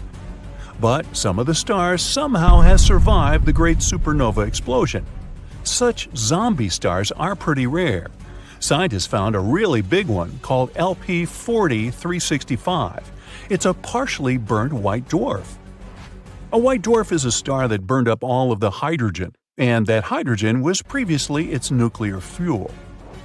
In this case, the final explosion was maybe weaker than it usually is, not powerful enough to destroy the entire star. It's like a star wanted to explode but didn't make it, which is why part of the matter still survived. If you ever go into space, don't take off your spacesuit unless you're on a spaceship. Air in your lungs would expand, as well as the oxygen in the rest of your body. You'd be like a balloon, twice your regular size. Good news, the skin is elastic enough to hold you together, which means you wouldn't explode. Small comfort. When something goes into a black hole, it changes shape and gets stretched out just like spaghetti. This happens because gravitational force is trying to stretch an object in one direction, but at the same time squeeze it into another. like a pasta paradox. Speaking of, a black hole that's as big as a single atom has the mass of a really big mountain. There's one at the center of the Milky Way called Sagittarius A. It has a mass like for a billion suns, but luckily it's far away from us. If you made a big boom on an asteroid, you'd never be able to hear its loud sound. Yes, we often hear the sound of spaceships and battles in space in the movies, but that's just a myth. Sound is a wave that spreads because of the vibrations of molecules. A person claps a few feet away from you, the sound wave begins to push the first air molecule next to the clap, then the second, third, and so on, until the wave reaches your ear. So, to spread sound, we need molecules like air or water. In our atmosphere, sound waves spread out just fine, but space is a vacuum, so it's nothing here. You can clap your hands loudly there, but there just won't be any molecules that can vibrate and carry that sound. So, to carry on a conversation, you'd either need a radio or really good lip-reading skills. Meteoroids orbit the Sun, while the majority of human-made debris orbits our planet. For example, we launched almost 9,000 spacecraft around the world from satellites to rocket ships. Even the tiniest pieces can damage a spacecraft at such high speeds. Galaxies, planets, comets, asteroids, stars, space bodies are things we can actually see in space. But they make up less than 5% of the total universe. Dark matter, one of the biggest mysteries in space, is the name we use for all the mass in the universe that's still invisible to us. And there's a lot of it. It may even make 25% of the universe. Dark energy makes the other 70% of the universe. That adds up to 100, right? Now, let's look at the moon. It always looks at us with one side. This means the moon has a dark side and the sun's rays never get there. Well, that's a myth. The whole point is that the moon is gravitationally locked to the Earth. There are days and nights there too. It's just that this rotation is perfectly aligned with the rotation of the Earth. So whenever you look at the moon, you only see one side. Although there are days when the sun shines there too, so it's not the dark side, it's the far side. And we even have pictures of this place. And there's one of the biggest craters in our entire solar system. The South Pole Aitken Basin is as wide as 2 states of Texas. Yeehaw! One myth that turned out to be untrue is that people have never actually been on the moon. This is the original spacesuit of the first astronauts who were there. Look at the sole of the shoe. Some people claim there's no way they could have left footprints like this there. Actually, they could. On the moon, the astronauts wore extra boots over their suits, and their soles matched the footprints on the moon perfectly. Now, the astronauts didn't need them when they left the moon and tossed them when the moonwalk was over. They left a lot of stuff there, too. They even tossed the armrests of the seats in the lunar module to reduce the weight. Now, counting all the Apollo lunar missions, the total weight of rubbish on the moon is approximately 187 tons, including several lunar rovers, spacecraft debris, 6 lunar modules, and all the experiments left behind. That's like 3 Boeing 737s. Another myth about the sun is that it's yellow. Let's send you into space for this one. You look out the window and it's white. The sun only appears yellow to us through the filter of our atmosphere. The composition of the air and its thickness just distorts the light of the star. But stars do come in different colors. Cooler stars have bright orange and red colors. These are usually very old stars, older than our sun. But young and very hot stars are bright blue. The sun is about in the middle of this spectrum. Oh, one more myth about asteroids. We need to fly a little farther than Mars's orbit. Whoa, we're in an asteroid belt, and we constantly have to dodge giant rocks and blocks of ice. We got in some dense asteroid clouds. Not true. The fact is that space is huge, and the distances are incredible. All the rocks and debris in the asteroid belt are only 4% of the weight of the moon, so there really aren't that many of them there. To understand the dimension of the emptiness in space, look at the collision of 2 galaxies. There are billions of stars in each of them. If we mix them up, it's unlikely there will be any collisions even here. Many people would like to fly into space. Zero gravity, a stunning view of Earth from one side, and the boundlessly frightening black area from the other. Yeah, it's all cool. But don't forget that this journey can turn into a nightmare. Lack of oxygen, floating in outer space and staying in a spaceship for a long time without understanding when you can return home. This last thing happened to a Russian cosmonaut. His stay in space is one of the longest in the world. 33-year-old flight engineer Sergei Krikalev spent 311 days in zero gravity on the Mir space station. But that's not the most interesting part of this story. Sergei's long journey began on May 18, 1991. That day, he boarded a transport ship and went into space to the Mir space station. On May 20th, the docking with the station was completed. There, together with another engineer, Sergei performed his space duties. They went on spacewalks several times, did repairs, took care of the station, and conducted scientific experiments. When you have company and a lot of work, living in space is not so hard. But things got worse on the day when Sergei was supposed to return home. According to the plan, the mission should have lasted for 5 months. A new astronaut was supposed to replace the old ones. The transport ship had finally docked with the station. But on October 10th, only one astronaut returned to Earth. Sergei was left alone at the Mir station. He continued to work as the sole flight engineer of the crew. The station couldn't remain empty. They had to send someone to replace Sergei. He wasn't ready for such a long stay in space. He hadn't trained for it. But there was no choice. He couldn't just leave the station. 1 month passed. They informed Sergei that he would return home soon, but something happened that no one expected. They contacted Sergei and said he couldn't return, since the country that promised to bring him home no longer existed. During this time, a big crisis began in Russia. The cosmonaut's return was impossible, since no one had the money for it. Just imagine Sergei's condition. You were hundreds of miles from home, in black outer space, completely alone, and have no idea how many days you have left to be there. The days passed slowly.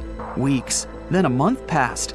It would have been much easier if being in space was not harmful to your health. But in conditions of zero gravity, the human body takes serious damage. First, it's a weakening of the muscles. The body doesn't receive the necessary load it needs, and the muscles are constantly in a relaxed state, leading to dystrophy. Yes, astronauts do a set of exercises every day, but this is not enough to keep the body in shape. In addition to muscles, bones begin to weaken and a person becomes weak. Even after 6 months of such a life, any astronaut needs a long time to get back into their previous shape after returning home. Also, there's a lot of radiation in space, which is dangerous for people. It comes from several sources at once. The main radiation comes from the sun. On Earth, we're protected from it, thanks to the planet's magnetic field. Almost all radiation accumulates in the upper atmosphere and doesn't reach us. This accumulation of radiation in the atmosphere is also bad for astronauts. But the worst radiation is the galactic one. It comes from distant stars and galaxies and has a powerful effect on all living things. Radiation provokes many unfavorable conditions and destroys the body at the cellular level. Now, all spaceships and the ISS are equipped with shields and coatings that reflect radiation, but still, it doesn't provide 100% protection. In space, the astronaut's immune system changes. There are no conditions under which immunity could improve.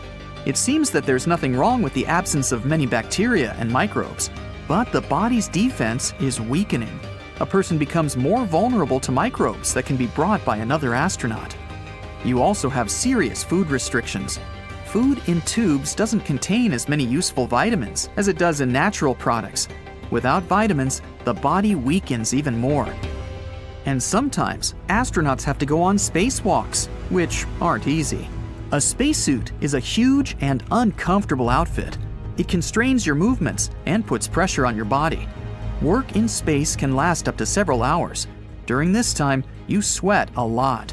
One of the suit's filters may be broken, and all the fluid released by your body can spread throughout the suit and reach your face. Your eyes may water. The drops could interfere with your vision. Thousands of dangers can await an astronaut during a mission in outer space. imagine that you do some repairs and something goes wrong. The wrench jumps off the bolt and it flies out, for example. You try to catch it and unconsciously push off from the ship. You catch the bolt, but your body is already flying away. You have nothing to hold on to. But fortunately, you have a safety rope. Anyway, it can break off from your spacesuit because you attached it incorrectly. As soon as the rope breaks, your body changes the angle of flight. Now you're not just flying away, your body is spinning at this moment. The Earth and black space flash in your eyes. So you get it. There are definitely risks, but nothing like that happened with Sergei. All astronauts spend many hours training to be ready for any troubles. They gain good physical shape and lose it during the mission. Add to this the psychological factor. Your body weakens, you don't breathe fresh air, you can't see your friends, and you don't have the opportunity to return home. A small layer of wall separates you from the cold vacuum of space. All this causes stress, which also weakens your immunity and harms your nervous system. Fortunately, astronauts also get through serious psychological training. They can maintain self-control in the most stressful situations. But when you're alone in space for more than 6 months and don't know when you'll return, you can get seriously nervous. Fortunately, Sergei didn't panic. He performed his daily duties, trained, and of course, missed home. A month later, he received the same response. "We can't bring you back yet. The country is in a difficult situation." He felt worse every day. His strength was leaving him. He wasn't sure if he'd be able to survive. The most interesting thing is the station had a capsule developed to return to Earth. But Sergei didn't use it because no one would have served the station. Russia sold the station seats to other countries. Also, they hoped to sell Mir. This meant that Sergei had to keep the station working. Sergei's mission lasted twice as long as planned. As a result, he spent 10 months, or 311 days, in space and set a world record. During this time, he flew around the Earth about 5,000 times. Finally, he received the long-awaited message. He's coming home. Germany paid about $24 million for a ticket to the station. They were going to replace the astronaut. Krikalev got into the capsule and flew to Earth. Many people were waiting for his return down there. The cosmonaut landed, and everyone rushed to help him. He looked very thin, sweaty, and exhausted. 4 men helped him out of the capsule. They helped him stay on the ground, gave him a fur coat, and brought a bowl of broth. It seemed that such a flight would leave an imprint on his life forever. But the cosmonaut's mood was excellent. 2 years later, he went into space again and became the first Russian cosmonaut to fly on a NASA shuttle. And 2 years later, he was one of the first to live on the ISS. In 2005, he made his 6th and last flight. He went to the ISS, where he spent about 6 months, after which he returned home on the lander. After this flight, he set a world record for the total duration of stay in space at 803 days. Only 10 years later, someone managed to break that record, but that's a different story. Have you heard about a diamond star that could put all the riches on Earth to shame? Or how about twinkling stars with surfaces made of solid iron? So let's take a look at these weird stars and try to unravel their mysteries. There's a star in the Centaurus constellation that was nicknamed Lucy in the Sky with Diamonds. Yes, it was named after a Beatles song, because it basically is a Beatles song. You see, the star was discovered to have a massive diamond at its core. Now, you may be wondering how big this diamond really is. Well, it's estimated to be about 10 billion trillion carats. That's a 1 followed by 34 zeros. To put that into perspective, the Hope Diamond, which is one of the largest diamonds on Earth, is a measly 45.5 carats in comparison. Can you imagine the size of the ring you could make with this star diamond? And it's about the same mass as our sun. But don't get too excited about the prospect of owning this diamond just yet. Even if you were Jeff Bezos, you wouldn't be able to afford it. According to Ronald Winston, CEO of Harry Winston Inc., the diamond is so big that it would likely depress the value of the market. so you'd have to settle for a much smaller diamond engagement ring. One interesting thing about the Lucy in the Sky with Diamonds star is that it's incredibly dense. In fact, it has the mass of the Sun crammed into an object only a third the diameter of Earth. That's like trying to fit an elephant into a shoebox. And yet, despite its massive size, it's actually quite cool, with a core temperature of only about 12,000 degrees Fahrenheit. By comparison, the core temperature of our Sun is about 27 million degrees Fahrenheit. Since the discovery of Lucy in the Sky with Diamonds, several other crystallized stars have been found, some with diamond hearts the size of Earth. It just goes to show that the universe is full of surprises, and you never know what kind of treasures you might find out there in the vast expanse of space. And this isn't the only weird star we've discovered so far. There are many strange, unexplained things in outer space. For example, let's take Vega. Vega, also known as Alpha Lyrae, is a bright star located in the constellation Lyra. It's one of the brightest stars in the night sky and is easily visible to the naked eye from most parts of the world. Now, Vega may look like a beautiful, bright star to us Northern Hemisphere folks, but little do we know, it's hiding a secret. It's actually quite squashed. You see, Vega's high spin rate causes it to bulge at the equator, kind of like a cosmic belly. It rotates once every 12.5 hours, which is pretty fast for a star, and it throws material out around its waistline. It's almost like the star is hula hooping. This material is further from the center of the star, so it experiences less gravity, causing it to cool and darken, leading to a gravity darkening effect. So Vega is basically a cosmic fitness guru's worst nightmare. Although for us stargazers, it still looks round because we're looking at it from Earth's pole end. However, if we saw it from a different angle, we'd get a very different view, one that might make us wonder if Vega has been sneaking some cosmic donuts behind our backs.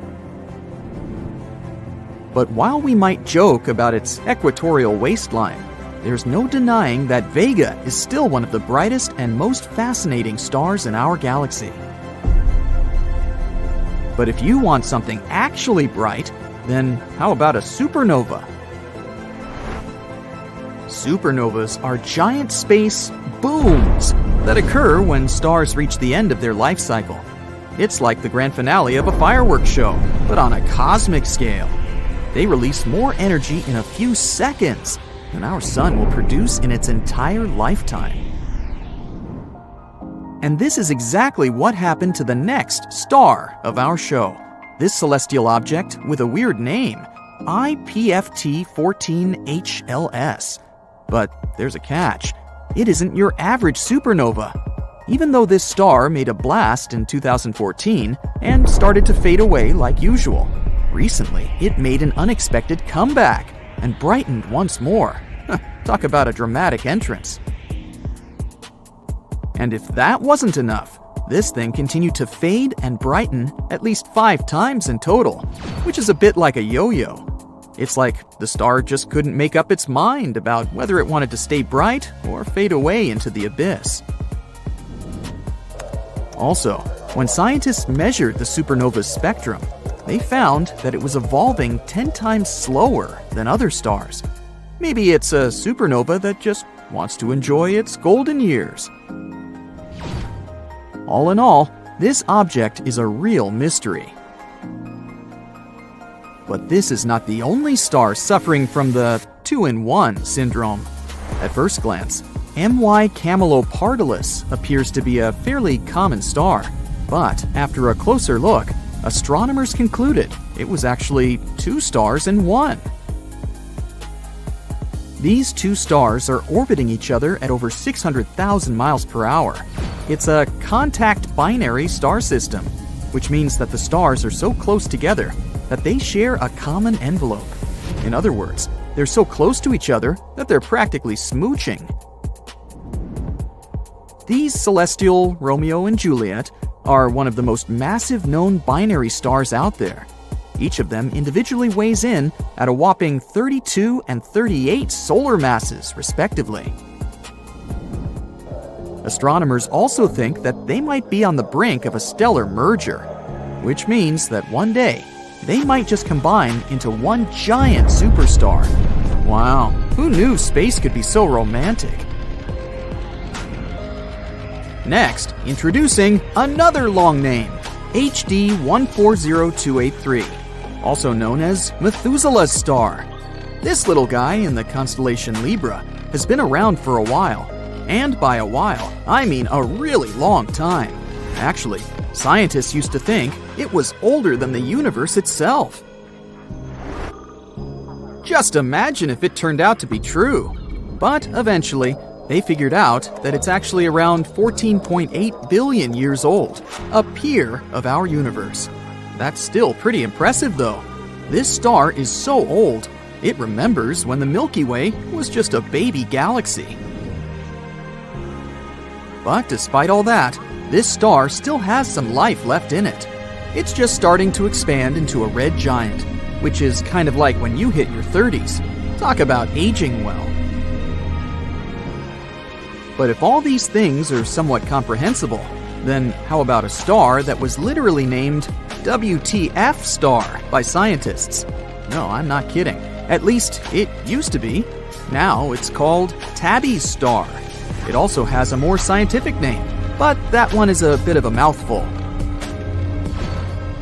But what's really bizarre about this star is its irregular dimming. For some reason, it doesn't glow like a normal star, but blinks, as if someone turned on and off a flashlight. And it's not just a little dip, we're talking up to a 22% drop in light. So it's not because it sometimes gets blocked by a planet or something. Scientists have come up with all sorts of explanations for this strange behavior, from comets to dust to even an extraterrestrial megastructure. That's right, but before your imagination runs too wild, it's important to note that the most likely explanation is just plain old dust. Perhaps the star is surrounded by some kind of dust cloud, and sometimes it prevents us from seeing it clearly. Although this explanation is still not 100% confirmed, there are still plenty of mysteries surrounding Tabby's star. One thing's for sure, it may be a bit of an oddball, but that's what makes it so fascinating. So, there you have it, folks. We're left in awe of the incredible diversity and strangeness of the cosmos. There's so much more to discover out there. So, let's keep exploring and keep being amazed by the wonders of the universe. Attention, attention! Something very exciting is going on Saturn. It's called a spoke season. And no, the planet isn't turning into a giant gaseous wheel. Let me tell you more about this phenomenon. Each year, NASA's Hubble Space Telescope devotes some of its time to observing Saturn, a gas giant, like me, the second largest planet in the solar system. And this space body always has something new to surprise us with. For example, look at one of the latest images of the gas giant. See those smudgy spokes? They mean that Saturn's spoke season is starting. Like our planet, Saturn is tilted on its axis. That's why it has 4 seasons. But since the orbit of the gas giant is much larger, each of these seasons lasts about 7 Earth years. Keep this in mind, it's important. Now, the next thing we need to talk about to understand the concept of the unique spoke season on Saturn is the equinox.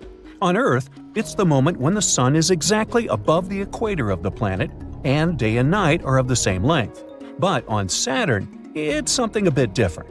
An equinox occurs when Saturn's rings are tilted edge-on to the sun. And even though equinoxes on Saturn happen every spring and fall, just like on our planet, they actually occur very seldom, roughly once in 15 Earth years. That's why astronomers are so excited about this event. Now look, there are 2 smudgy spokes in this ring. It's called Ring B on the left of the picture. They resemble the spokes on a bicycle. The shading and shape of spokes vary. They may seem dark or light, it depends on the angle and illumination. Sometimes they might look like blobs instead of something with a classical radial spoke shape.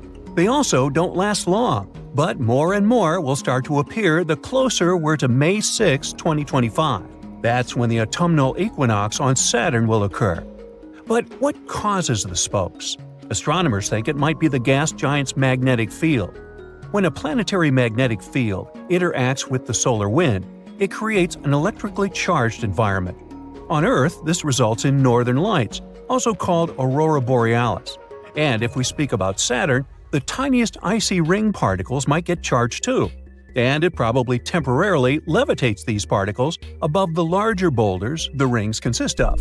For the first time, the spokes in Saturn's rings were spotted by NASA's Voyager mission. It happened in the early 1980s. At the time, we didn't know that these spokes were a seasonal phenomenon. Voyager 2 just passed by the planet and then sped on. To figure out what these spokes were and how they functioned, astronomers needed a space telescope that could observe Saturn's rings from afar, like Hubble.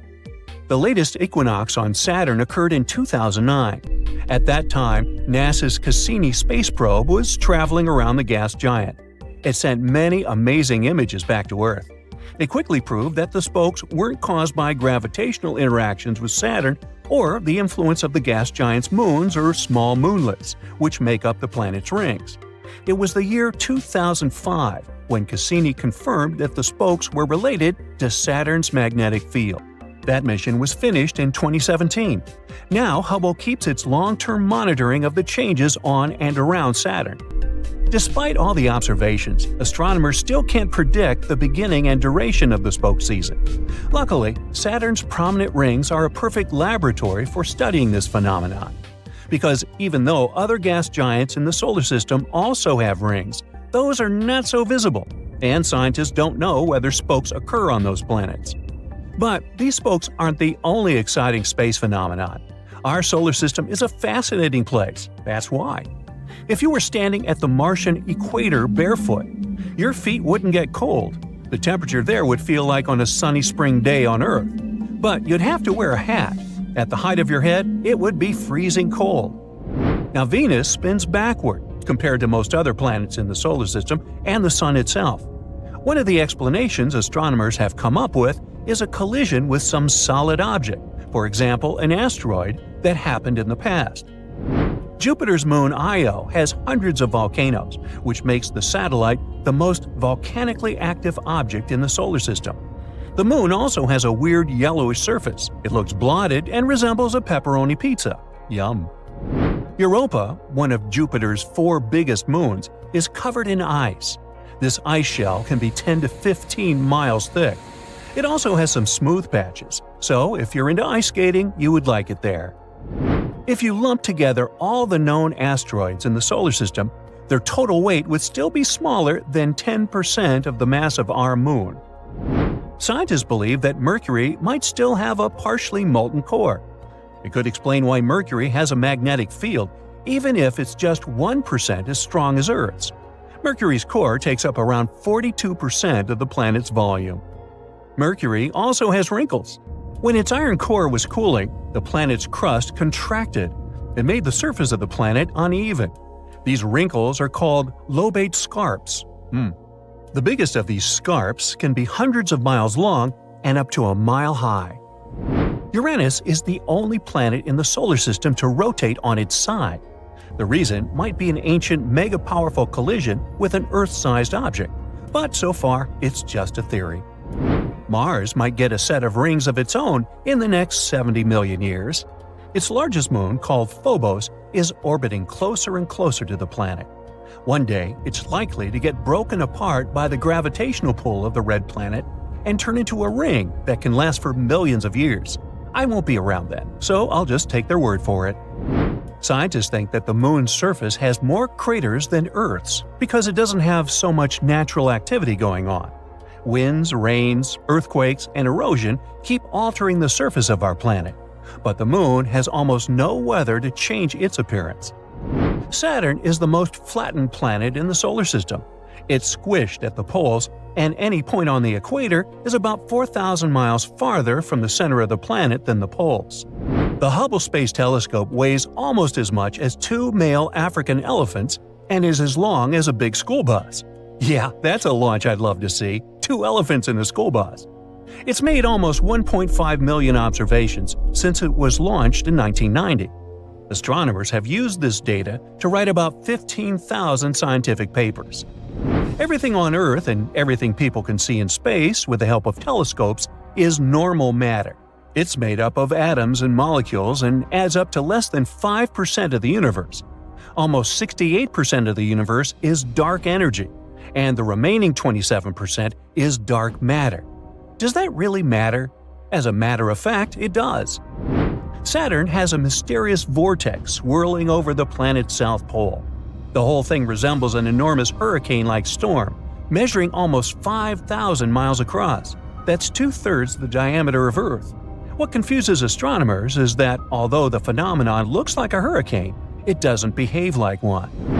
Saturn is also the only planet in the solar system that's less dense than water. In other words, if you found a bathtub huge enough to fit this gas giant, it would float there like a rubber duck. Earthquakes on the moon don't occur as often as on our planet, but when they do, it happens closer to the center of the satellite.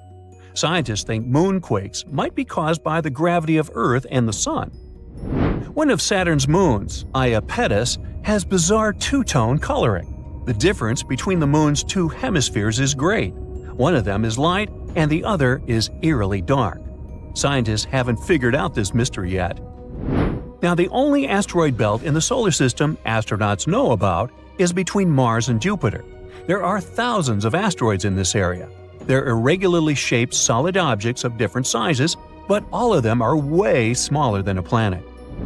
Scientists have analyzed the chemical content of some meteorites found in the Sahara Desert, Antarctica, and other places. Some of the rocks turned out to have a Martian origin. Others arrived from the Moon or the asteroid belt between Mars and Jupiter. Ooh, space rocks. So we can also say, space rocks. Yeah, we could say that. Hey Mythbusters! Today we're debunking some classic space myths. Hop on the next space shuttle and let's get to the bottom of these tales once and for all. Picture this. You're floating weightlessly in space, sipping on a cup of delicious hot chocolate, when a peculiar thought pops into your head. Can you scream in outer space? And if yes, would anyone hear that scream? If you've watched the movie Alien, then you know the answer to this one. You can't hear sounds in outer space. It's not that sounds don't exist. It's just that you can't hear them. There's no one better to clarify this myth than Chris Hadfield. He's been on a couple of spacewalks during his life as an astronaut. And once you're out there in the darkness of space, you can't hear anything. All you hear is silence. Complete silence. But hey, just around the corner is a massive ball of explosion, aka the sun. We just can't hear the explosions happening because there's no medium for sound to travel through. It would be quite uncomfortable for an astronaut, though, if they could hear all the noises going on in outer space. Now, imagine you're zipping through space, feeling like a futuristic superhero, when a shooting star passes by your side. But wait, is it really a star? Unfortunately, shooting stars are not stars at all. They are small space rocks known as meteoroids, entering Earth's atmosphere and creating a stunning light show. Oh, and since we're debunking myths, let's head straight for another one. You've probably heard that meteors only crash into Earth on extremely rare occasions, like once every dinosaur extinguishing apocalypse. That's not true. Scientists estimate that about 48 tons of meteoritic material fall on Earth each day. But almost all of this material is vaporized in Earth's atmosphere. The bright trail we see in the night sky is what we popularly call a shooting star. Next time you make a wish upon a shooting star, remember, you're actually hoping on a tiny piece of space debris. It's not so romantic after all. Can we or can we not fly into the stratosphere on air balloons? Apparently, we can.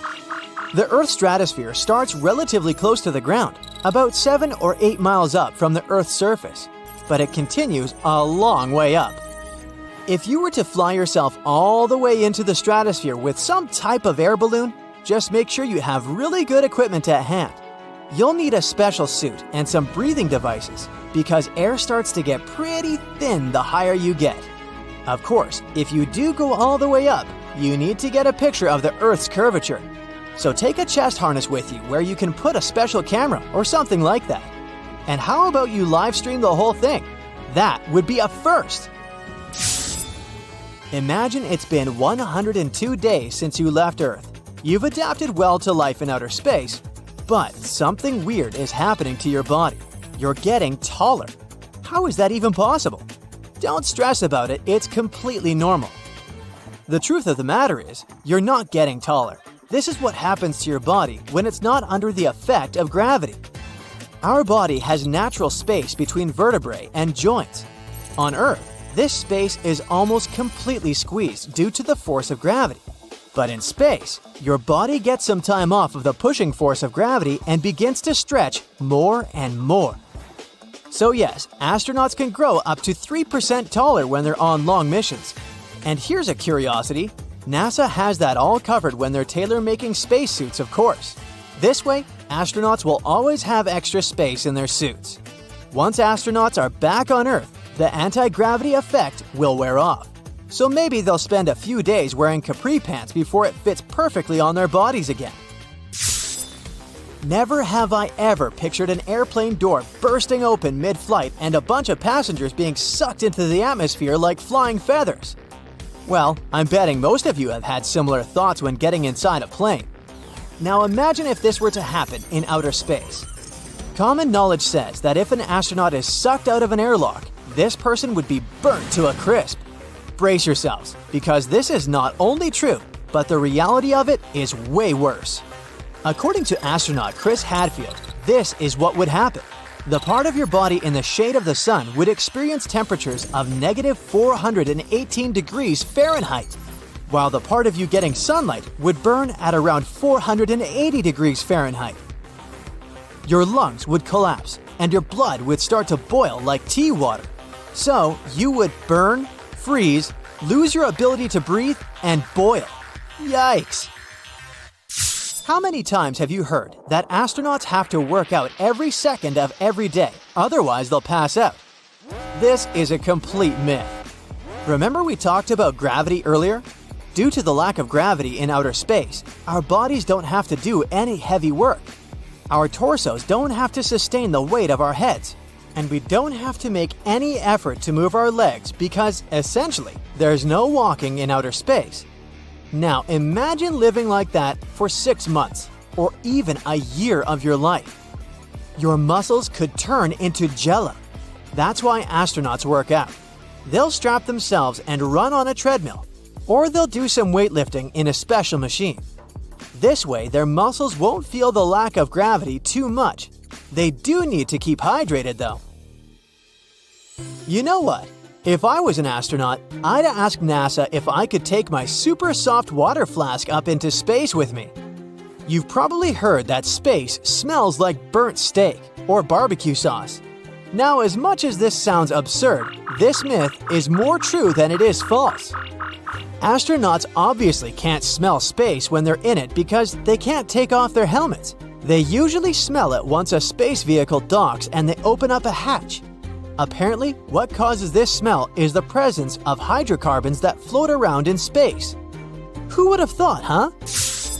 Hey smart people, let me ask you a question. Do you really think that if astronauts fly at the speed of light, they won't age a single second? I knew you'd say no. Let's get a few things straight. First of all, we haven't figured out how to operate vehicles at the speed of light. This would require an immense amount of energy, and we don't have the technology to do that. Second, even if we managed to send a human inside a spacecraft that traveled at the speed of light, this person would still age. They would age differently than the people who remained on Earth, that's a fact, but they would still age. Do you lot really think there's such a thing as immortality? Nah. If you've seen the first Avatar, then you certainly remember that humans only managed to get to Pandora because they traveled in cryosleep. In other words, they froze their bodies, put them in a cryobed, and traveled for years without aging.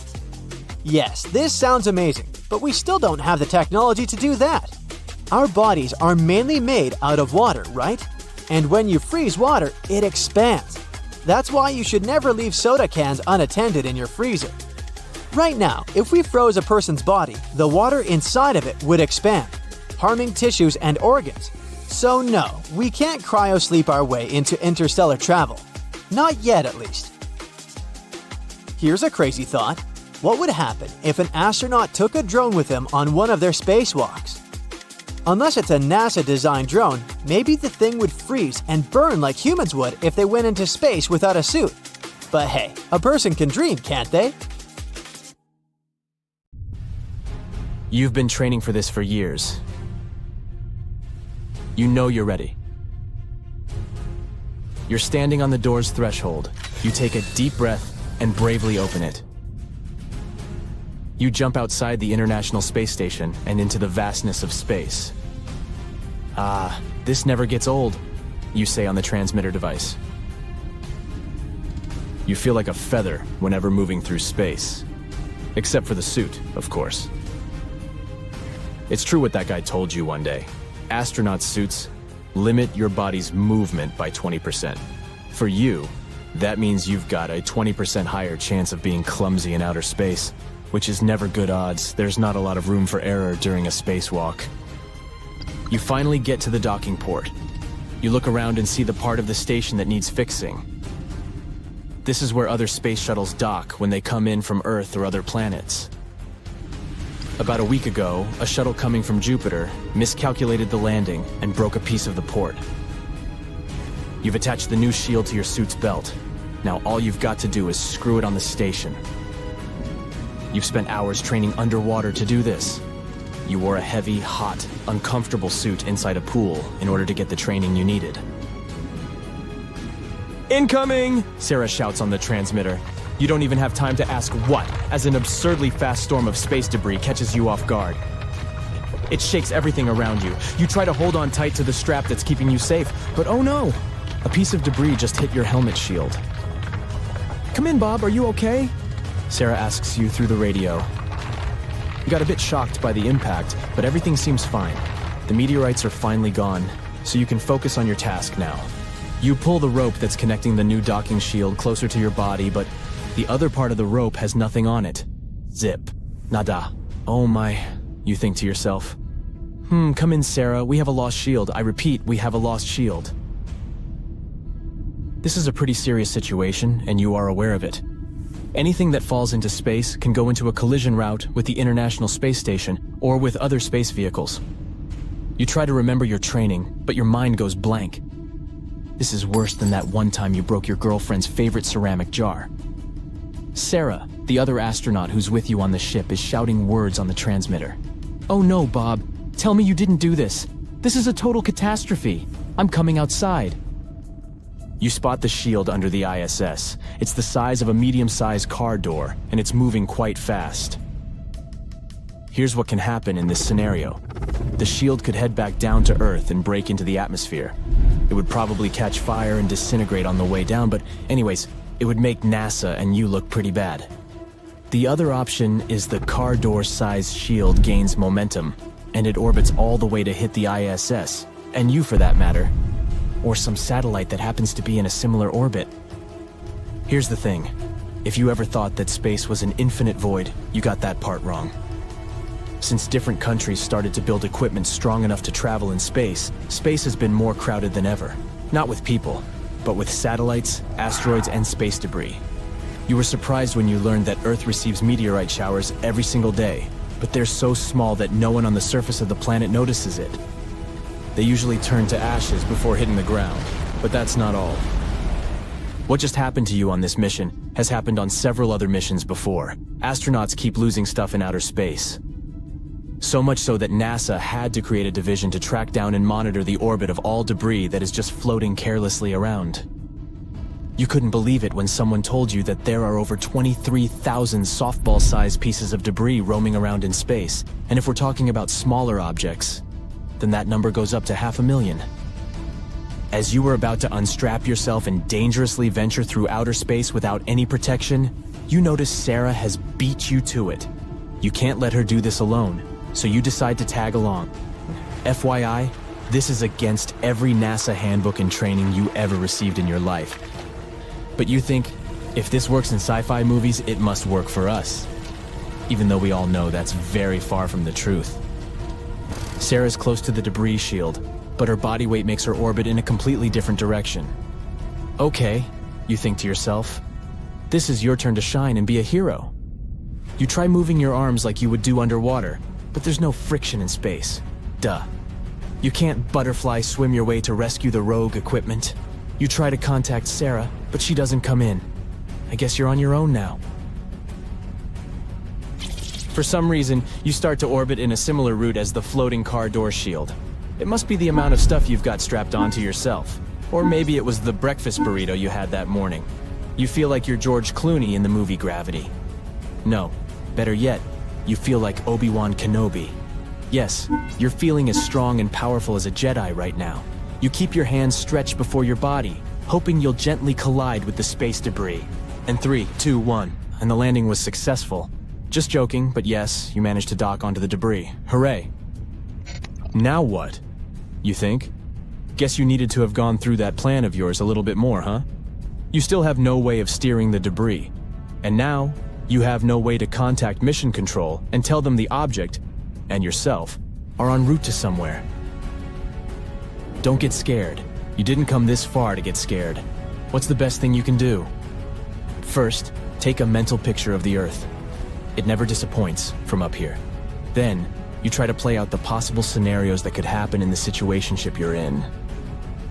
Your normal body weight would not be enough to get you out of Earth's orbit. In the hypothetical scenario in which this did happen, you'd probably be vacuumed into Venus's orbit and spend a quite unpleasant period of your life around immense heat. Even though in Greek mythology, Venus represents love, there is nothing lovely about orbiting close to this planet, and you know this. If you got too close, your spacesuit would never be able to take on the heat. It's only made to sustain temperatures of around 250 degrees Fahrenheit tops, and Venus's atmosphere can heat up to 700 degrees Fahrenheit. But honestly, the worst-case scenario is much simpler than that. Your spacesuit could decide to drown your ears, nose, and mouth in water. Yup, this has happened on spacewalks before yours. You see, in order to keep your spacesuit chill and cool, the suit relies on a gallon's worth of water that makes up for a cooling system. This system, which is supposed to send recycled air into the back of your helmet, does leak sometimes. And since you're stranded in the middle of the big nowhere, you'd have only that nowhere to run. But wait, what's that popping up on the horizon? It's a modular space shuttle. You try shouting, but nobody can hear you outside your helmet. You wave with your hands. But it's coming straight at you. Finally, it took longer than I wished to find you, Sarah said. Apparently, she made it back to the space station just in time to catch you before you went definitely rogue. Guess I'll be losing some astronaut points for this little misadventure, huh? You say. And yes, you definitely will. Pluto used to be considered a major planet, but later was reclassified into something called a dwarf planet. Something too big to be an asteroid, but too small to be taken seriously. How rude. But recently, scientists began to discuss the mystery surrounding one of Pluto's moons. It turns out it might be even cooler than all of us. It might be a double planet system. Pluto is residing in the distant Kuiper Belt. It's a vast area in our solar system, like a big rocky suburb beyond the orbit of Neptune. It's filled with small icy objects, similar to Pluto, called Kuiper objects. They're leftovers from the early days of our solar system and give us clues about how it was formed. It's where many comets come from. You already know that it's small, but it's remarkable just how small it is. Pluto has a width of about 1,400 miles. It's about half the size of the United States and smaller than our moon. Pluto's atmosphere is very thin and composed of nitrogen, methane, and carbon monoxide. Stinky. It's also very cold there, with average temperatures being around minus 390 degrees Fahrenheit. Its orbit around the Sun looks like an oval, and 1 year on Pluto takes around 250 Earth years. Pluto also shows a strange and unusual retrograde rotation because it's tilted on its axis, which means that it spins on its side. If you were standing on Pluto, you'd see a lot of high, icy mountains, valleys, plains, and craters. The sun would be very dim and far away, and it would always look like twilight. It's a colorful planet, surprisingly. You would see a rainbow of pale blues, yellows, oranges, and deep reds. And the most adorable fact about Pluto is its famous heart, called Tombaugh Regio. Pluto was discovered super late in the 1930s, later than the rest of the planets. Initially, we thought that it's the 9th planet in our solar system. However, the more we explored the Kuiper Belt, the more we realized that it's full of these medium-sized objects. We found 4 more little planets just like Pluto: Eris, Ceres, Makemake, and Haumea. They all shared the same characteristics, and that's where we figured out that Pluto belongs to another family and created a category of dwarf planets. There are a couple of differences between these two categories. The first obvious difference is size and mass. Major planets are much bigger and more massive. They also have to be spherical, while dwarf planets might not be perfect spheres and might have weird shapes, like an egg-shaped Haumea, for example.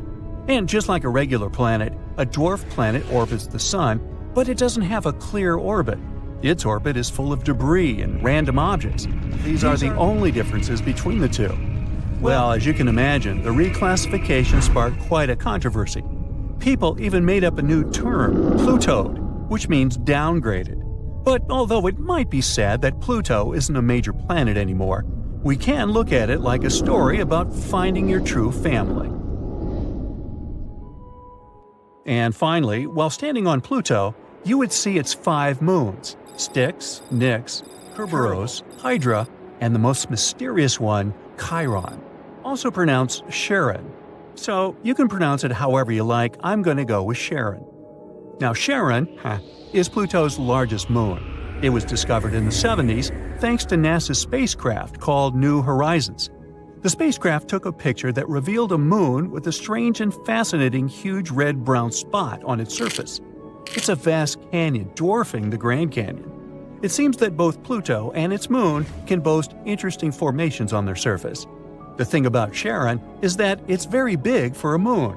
It's about half the size of Pluto. This makes scientists wonder, could it be that Pluto is a double planet system? The center of mass, or barycenter, of Pluto and Charon lie outside of Pluto. Normally, with planets and their moons, the center of the planet itself should be the center of the mass, with the moon orbiting around it. But in the case of these two, it seems like they orbit each other. Binary objects are quite common in the universe. These cosmic pairs form just like our moon, from giant impact events. But double planets are exceedingly rare, and we haven't discovered any double dwarf planets yet. So, if it's true, then Charon is actually the 6th dwarf planet, and that would be our first binary dwarf planet system ever. There's also another candidate, the dwarf planet Eris and its moon Dysnomia.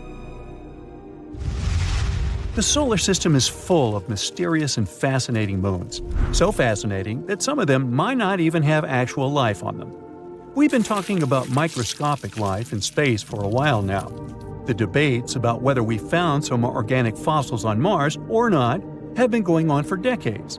With the development of our technology, we're finally getting onto something. Meet Enceladus, who has stolen the spotlight since NASA's Cassini probe arrived there. Enceladus is covered in a sort of snowy blanket, which is why it's so unusually bright and has some snow-covered craters. It's small, only about 310 miles, and is mostly composed of simple rock and ice. But in 2004, we found plumes of water bursting out from this moon's south pole, which means that there's liquid water beneath this moon's icy surface. It's probably because of Saturn and its other larger moon, Dione. Their gravitational dance creates tidal forces that keeps Enceladus warm and lively. All this means that Enceladus is now a top candidate in the search for life within our solar system. Of course, life requires more than just water, and we won't find any animals there or anything like that. But we might find some microscopic organisms, and that's awesome too. In fact, Saturn is winning the lottery when it comes to life candidates. For example, scientists have a wild idea that Titan, another of its moons, might be home to extraterrestrial life as well.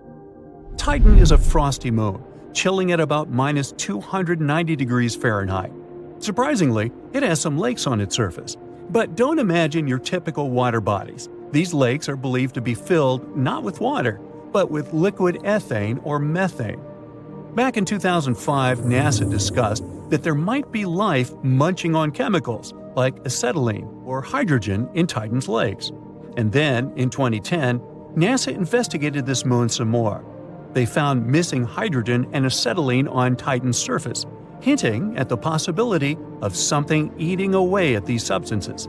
That's why some scientists dared to imagine methane-eating beings in Titan's freezing lakes. Moreover, they suggested that if these creatures exist, they probably have much larger cells than animals on Earth. What we could find there is something much bigger than a simple microbe, even something like a small animal. But Saturn isn't the only lucky one. Triton is Neptune's biggest moon, and you guessed it, it's another life candidate. It's an icy world with frozen nitrogen all over its surface and a crust made of water ice, again super chilly.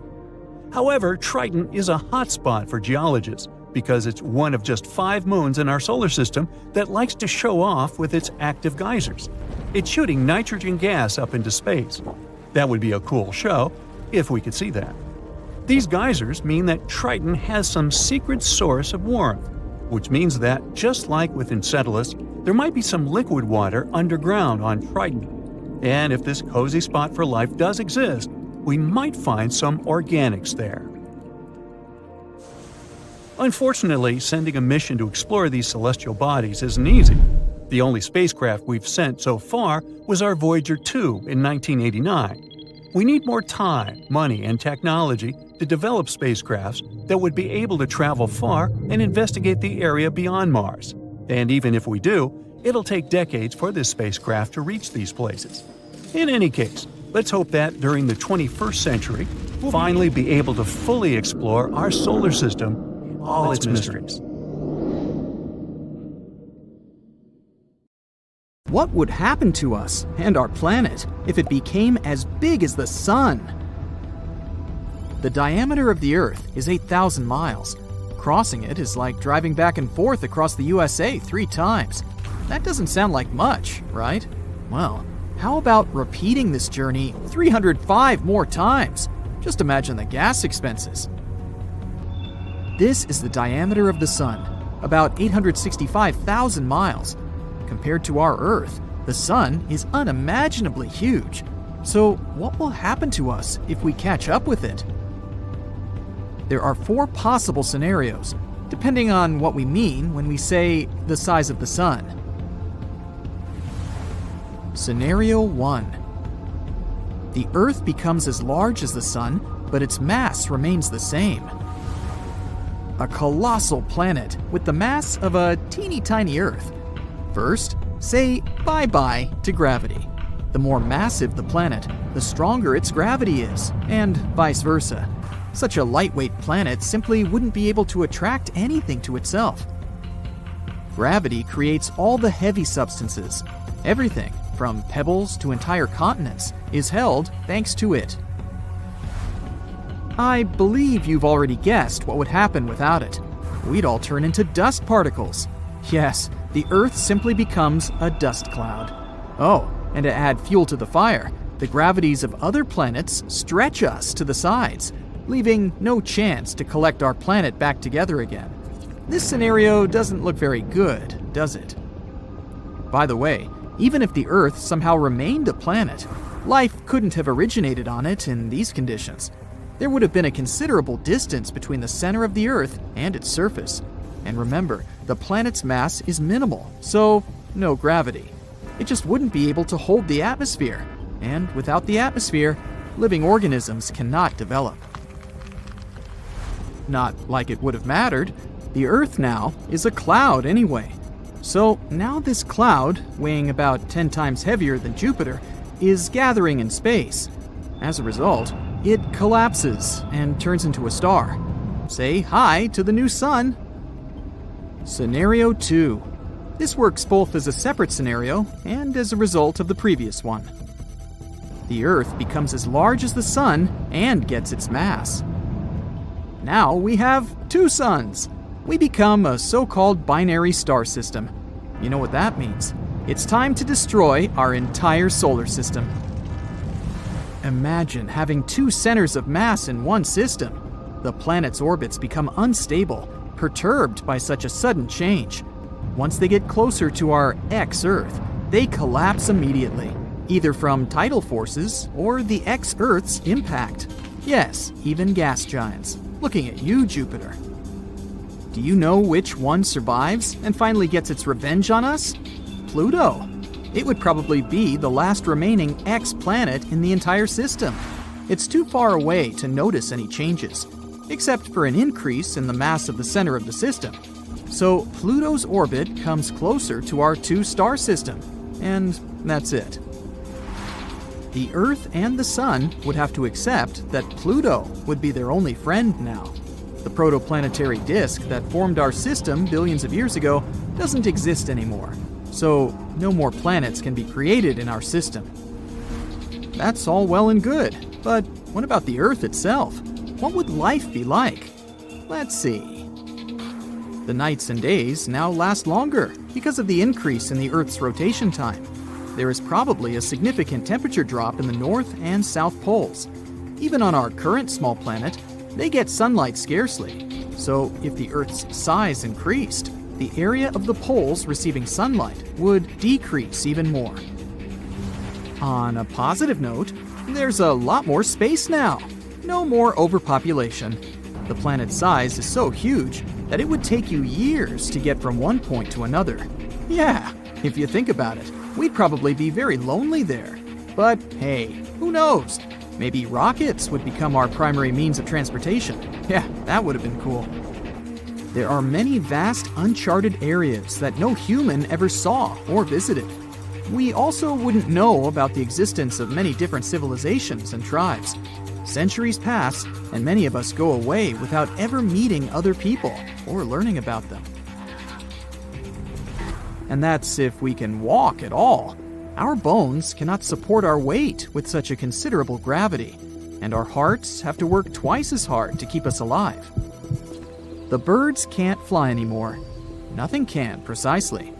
All the existing trees fall down, and the new ones grow very close to the Earth, like grass. Talking about the trees, how is our ecosystem doing? Well, not good. If we don't appreciate the environment on our small Earth right now, imagine what would happen if we had such a massive space at our disposal. I even assume that our tons of garbage would have overpowered even those endless supplies of trees and clean water that we would have in our new large home. Our machines and robots have to be huge to do at least something now. That's because even ordinary farms now are the size of the US states. I also assume that it would be much darker than we're used to. The Earth is so small now. Imagine what would happen when our planet becomes the size of the Sun itself. Less sunlight means that we'd probably need an artificial sun.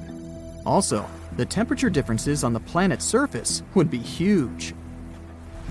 If you're surprised, you probably underestimated the size of the Sun. It's almost 110 times larger than the Earth.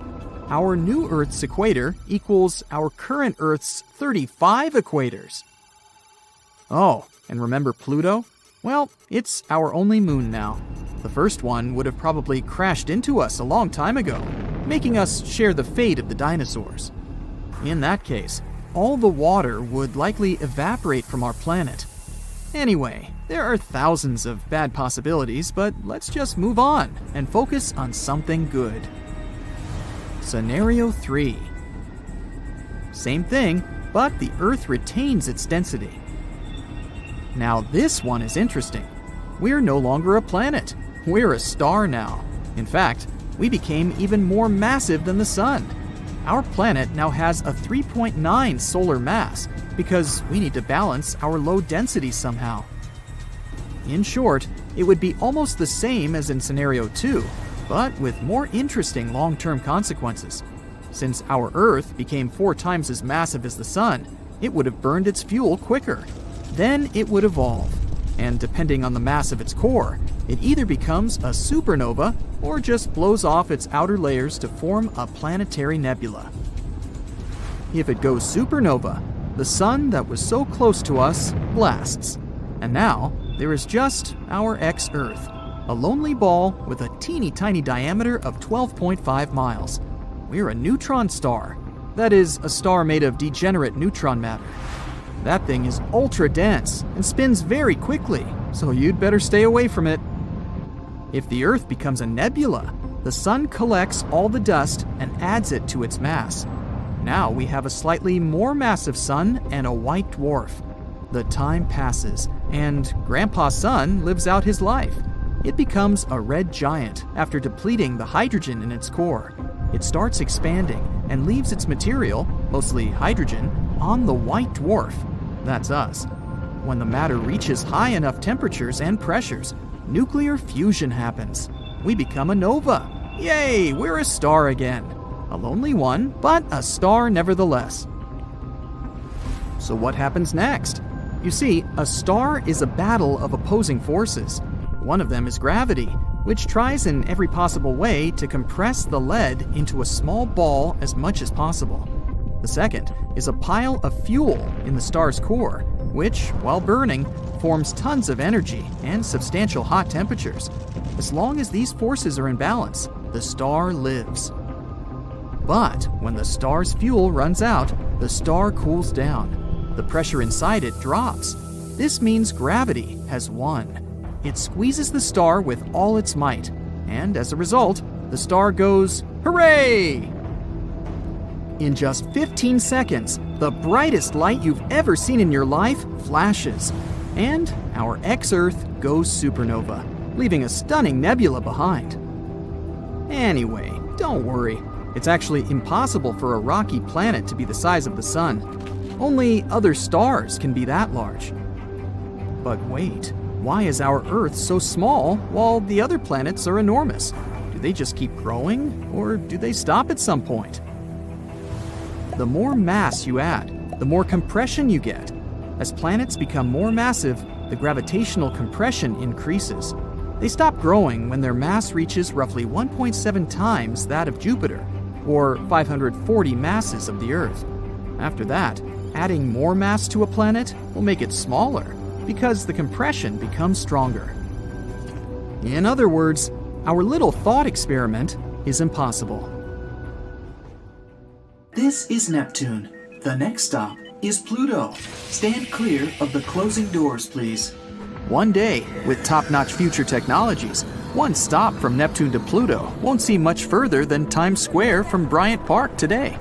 There are huge ice mountains on Pluto, valleys that go further than your eyes can see, 160-mile large craters, almost as big as the largest one on Earth, and no life.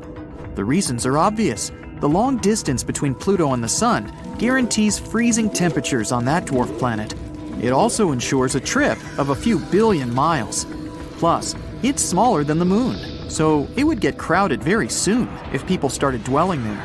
Still, there's one reason which makes life there not that far-fetched. The Sun has a lifespan and cycles within it. Our solar system used to be nothing but a cloud of gas and dust. As a result of a gravitational collapse at the center of this cloud, the gas and dust started gathering in specific, denser places. These pulled more and more matter as time went on, and something called conservation momentum made the mass start rotating and heating up because of immense pressure. Later, there appeared a disk similar to what Saturn has, but it was made of entirely different substances. And right in the center, there was the ball that eventually became the Sun. A protostar is a young star that's still gathering its mass, and that's exactly what the Sun was before the temperatures and pressures inside of it lighted up its core. Millions of years later, it became the Sun we see every day. But it won't stay this way forever. It will heat up even more and eventually get bigger and denser, turning into a red giant. It may one day get big enough to swallow up Venus and Mercury. Chances are, it might swallow even planet Earth. Even if it doesn't devour our planet, the Sun might get close enough to touch us. Well, if this happened, life on Earth wouldn't be possible. But then, in just a few minutes, the sun loses about 40% of its mass and shrinks about 10 times what it used to be. It's not as bright, and indeed, not as hot as it used to be. By this moment, Earth will have already been deserted. People might want to start traveling around space, or settle down on another planet where life is sustainable, like the exoplanet Kepler-62f, which, by the way, is even bigger than Earth. While all of this was happening, Pluto was changing. Before, every resource was frozen inside of the dwarf planet. Water, gases like methane, carbon monoxide, you name it. But as the sun was reaching its peak luminosity, Pluto was slowly warming up and losing a lot of what it had to the vastness of space. At the same time, an atmosphere formed up. If the atmosphere gets thick enough, it would create favorable life conditions. Then, instead of spaceships, a tiny percentage of us would be able to set up colonies on the dwarf planet. The temperature is comfortable there, almost t-shirt weather. It even resembles Earth a tiny bit. Canyons filled with water, beautiful endless fields with trees, and lots of space to run around, and mineral water pockets on the ground, good enough to drink. Pluto's rotations are different than Earth's. An Earth day is 24 hours, and sometimes it still feels like it never ends. But on Pluto, a whole rotation around the sun takes 153 hours, because it's pretty far away from the sun. After several hours without sleep, we get tired, and our eyes get red. It means we'd have to take several naps throughout the day on Pluto. A year on Pluto equals 248 Earth years. Unless we come up with some sort of technology to get us to live that long, our entire lifespan would be less than half a year on the dwarf planet. So, houses on Pluto might need to be equipped with cryo chambers. Whenever you feel like dreaming for a long time, you jump in it and wake up 50 Pluto days later. On the dwarf planet, there are also seas and beaches, so it's just like a tiny Earth, far away from the actual Earth. The food on Pluto could be tastier. We might find a way to make the ingredients more savory and even try to grow them faster during the trip. You plant a carrot, and 2 days later, it's ready to be in your salad. There could also be new ingredients for our salads on Pluto. Maybe 2-meter-tall mushrooms we've never seen before. The animals we would take with us on the trip would get released into their new home forever. And with time, they would evolve and adapt to their new environments. The law of the jungle could change a bit too. Lions might not be kings anymore. Deer are. Their antlers are twice the size of what they used to be. But to be fair, so are the deer. Most of the animals that were already here used to live underwater. But with time, the amphibians started shifting to the surface, just like Earth at the beginning of life. Pluto could only be a temporary home though. Once the sun has finally reached its final phase, Pluto would get frozen and lifeless again. People instead would need to try to find a planet that stays in the Goldilocks zone of another galaxy. The Goldilocks zone is the exact proper distance from the star like the sun, where the temperature is perfect for the water to stay liquid. It's the rule scientists search for when looking for other planets that can sustain life. We can try setting new colonies on one such planet, or even try to set up our own artificial home, not exactly a planet or a spaceship, but a combination of both. Something huge built right in space, say a wheel with gravity everywhere we go, so we don't fall off. It would float in space toward the new exoplanet, capable of fitting entire states in. This whole trip might happen just because the sun first grew too much, and then, having reached the culmination of its life cycle, it would finally become a white dwarf. It's going to be a pretty long journey, and entire generations will be born here. You'll have a choice. Sleep your way through the journey until humans finally reach their new exoplanet, or enjoy the trip in this fantastic spaceship. There's all you need on board. Malls bigger than those on Earth, large futuristic cities, even places to farm, fields with rich soil made artificially, and finally, after a long journey, the exoplanet. It's even somewhat better than Earth. The planet is giant and has more continents. The continent's center isn't as far from oceans, which means there aren't as many desert areas. Though the sun of this planet is an orange dwarf, it's not as hot as our yellow dwarf sun today. It's a bit smaller, but here's the kick. Orange dwarfs live somewhat longer. They remain stable for between 15 billion and 45 billion years. Despite that, this new planet is full of rainforests because the planet itself is warmer. It means more biodiversity and creatures we've never seen before. But even if nothing out there is suitable, we could try and terraform this planet instead. If we take Mars as an example, we could create a greenhouse effect by smashing ice-rich comets and releasing ammonia in them, making the planet warmer. We could also start planting trees. We'd probably need some Earth soil to do that, or we'd have to modify Mars's soil to be similar to ours. Sooner rather than later, the atmosphere would be close to the one we have on Earth. We'd be able to breathe, too, because of the trees. Then, we can melt Mars's polar ice caps and voila, water. The problem is the solar winds and sun explosions that might strip it of an atmosphere just as quickly as we can create one, if not faster. It has no magnetosphere either, which means it can't protect us from radiation, so long-term Mars wouldn't be a good choice.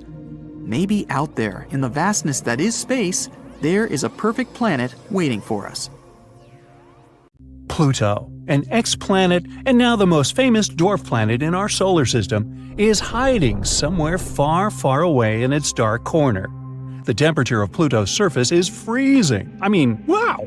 At first sight, it's just a distant, icy, and barren celestial body. But could Pluto be hiding something? Maybe even life? Scientists found out that, despite it being so far from the Sun, its interior is still warm.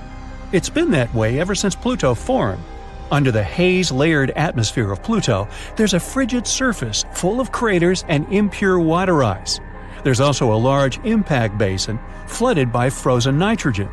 And below that icy crust could be an internal ocean. When the surface of a planet stretches, it mostly leaves many fractures behind. The same goes with Pluto. You can see there are numerous cracks across its water-ice crust. They're of all ages. Some even possibly date from 4.5 billion years ago, from the times when Pluto was still forming. The dwarf planet probably grew because it slowly accumulated small pieces of icy material. It condensed during the time when the outer region of our solar system was forming. This process was going intensely and fast enough to melt the base of the icy layer. The surface of Pluto extended as liquid water at the top of the ocean froze onto the base of its ice crust during its first 500 million years. The ocean may have stopped freezing for the next billion years. The buildup of radioactive heat temporarily balanced the rate of heat escape to space. But as Pluto produced less radioactive heat over time, the roof of its interior ocean continued to freeze, and it probably turned into a 120 miles thick layer between the rock and ice. Crusts were the first hint there might be an ocean there. Scientists got the second potential piece of evidence when they realized the icy shell had managed to glide across an essentially frictionless interior and reorient itself. And it's not just about the ocean here. The cool thing is that wherever there's water, there could be life. A potential ocean under an icy crust is not something that possibly exists only on Pluto. Some icy moons of our solar system have it too, like Saturn's moons Enceladus and Titan, and Jupiter's Europa. Enceladus and Europa could both have salty liquid oceans. Plus, they have similar water plumes erupting from their interior. These geysers tell us these moons have their own source of energy, probably because of radiation or gravity. Either way, that energy is what could support life. Have you heard of Ceres? It's our closest dwarf planet, the biggest object in the asteroid belt between Jupiter and Mars, and the first asteroid we discovered at the beginning of the 19th century. People even called it a planet then. Although it's not so popular, there's a possibility Ceres has a subsurface ocean too. Geysers could be the first sign of that. The water vapor plume could be a result of a meteorite strike that exposed subsurface ice to outer space. Ceres may have its own atmosphere too. This dwarf planet is relatively far from the Sun, but its surface temperature could go up to minus 37 degrees Fahrenheit. At these temperatures, if there was water ice at its surface, it would quickly change to gas, and this could create an atmosphere around this intriguing dwarf planet. Not just oceans, there are many volcanoes across our solar system too. Mercury, Venus, Mars, and Io, one of Jupiter's moons, have them. But apart from the Earth, Io is the only one that has more than 400 active volcanoes. 150 of them erupt at any given time. Scientists suspect there could be some volcanic activity on Venus and Jupiter's moon Europa too. But they can't check if that's true because Venus has an extremely thick atmosphere and Europa has a thick ice shell. And even though volcanoes in other spots are no longer active, we know they used to be because of specific landforms they left behind: hills, valleys, plains, mountains, and especially lava channels. It's like when you're watering your plants on the front porch, you see water flowing down your sloped driveway along specific pathways. This creates small channels, a lot like lava does. Our moon may have also had active volcanoes back in the age when dinosaurs were still roaming around. If they had had telescopes, they might have seen something spectacular: lava fiercely oozing from the surface of the moon. Astronauts took images of Ina, an unusual volcanic deposit on the moon, and there are 70 similar patches in the volcanic plains they found on the side of the moon that faces our planet. Some of them are over 1 billion years old, but some could have been formed less than 100 million years ago, and dinosaurs went extinct 66 million years ago. Speaking of dinosaur extinction, could Jupiter have been the main culprit for that? No one knows where this space rock that hit our home planet 66 million years ago came from, especially with such force. It left a crater off the coast of the Yucatan Peninsula in Mexico, and it probably caused earthquakes, tsunamis, and fierce volcanic eruptions that brought troubles not only to dinosaurs, but to nearly 3/4 of all animal and plant life on Earth. But some believe Jupiter was the one that flung the comet into the Earth.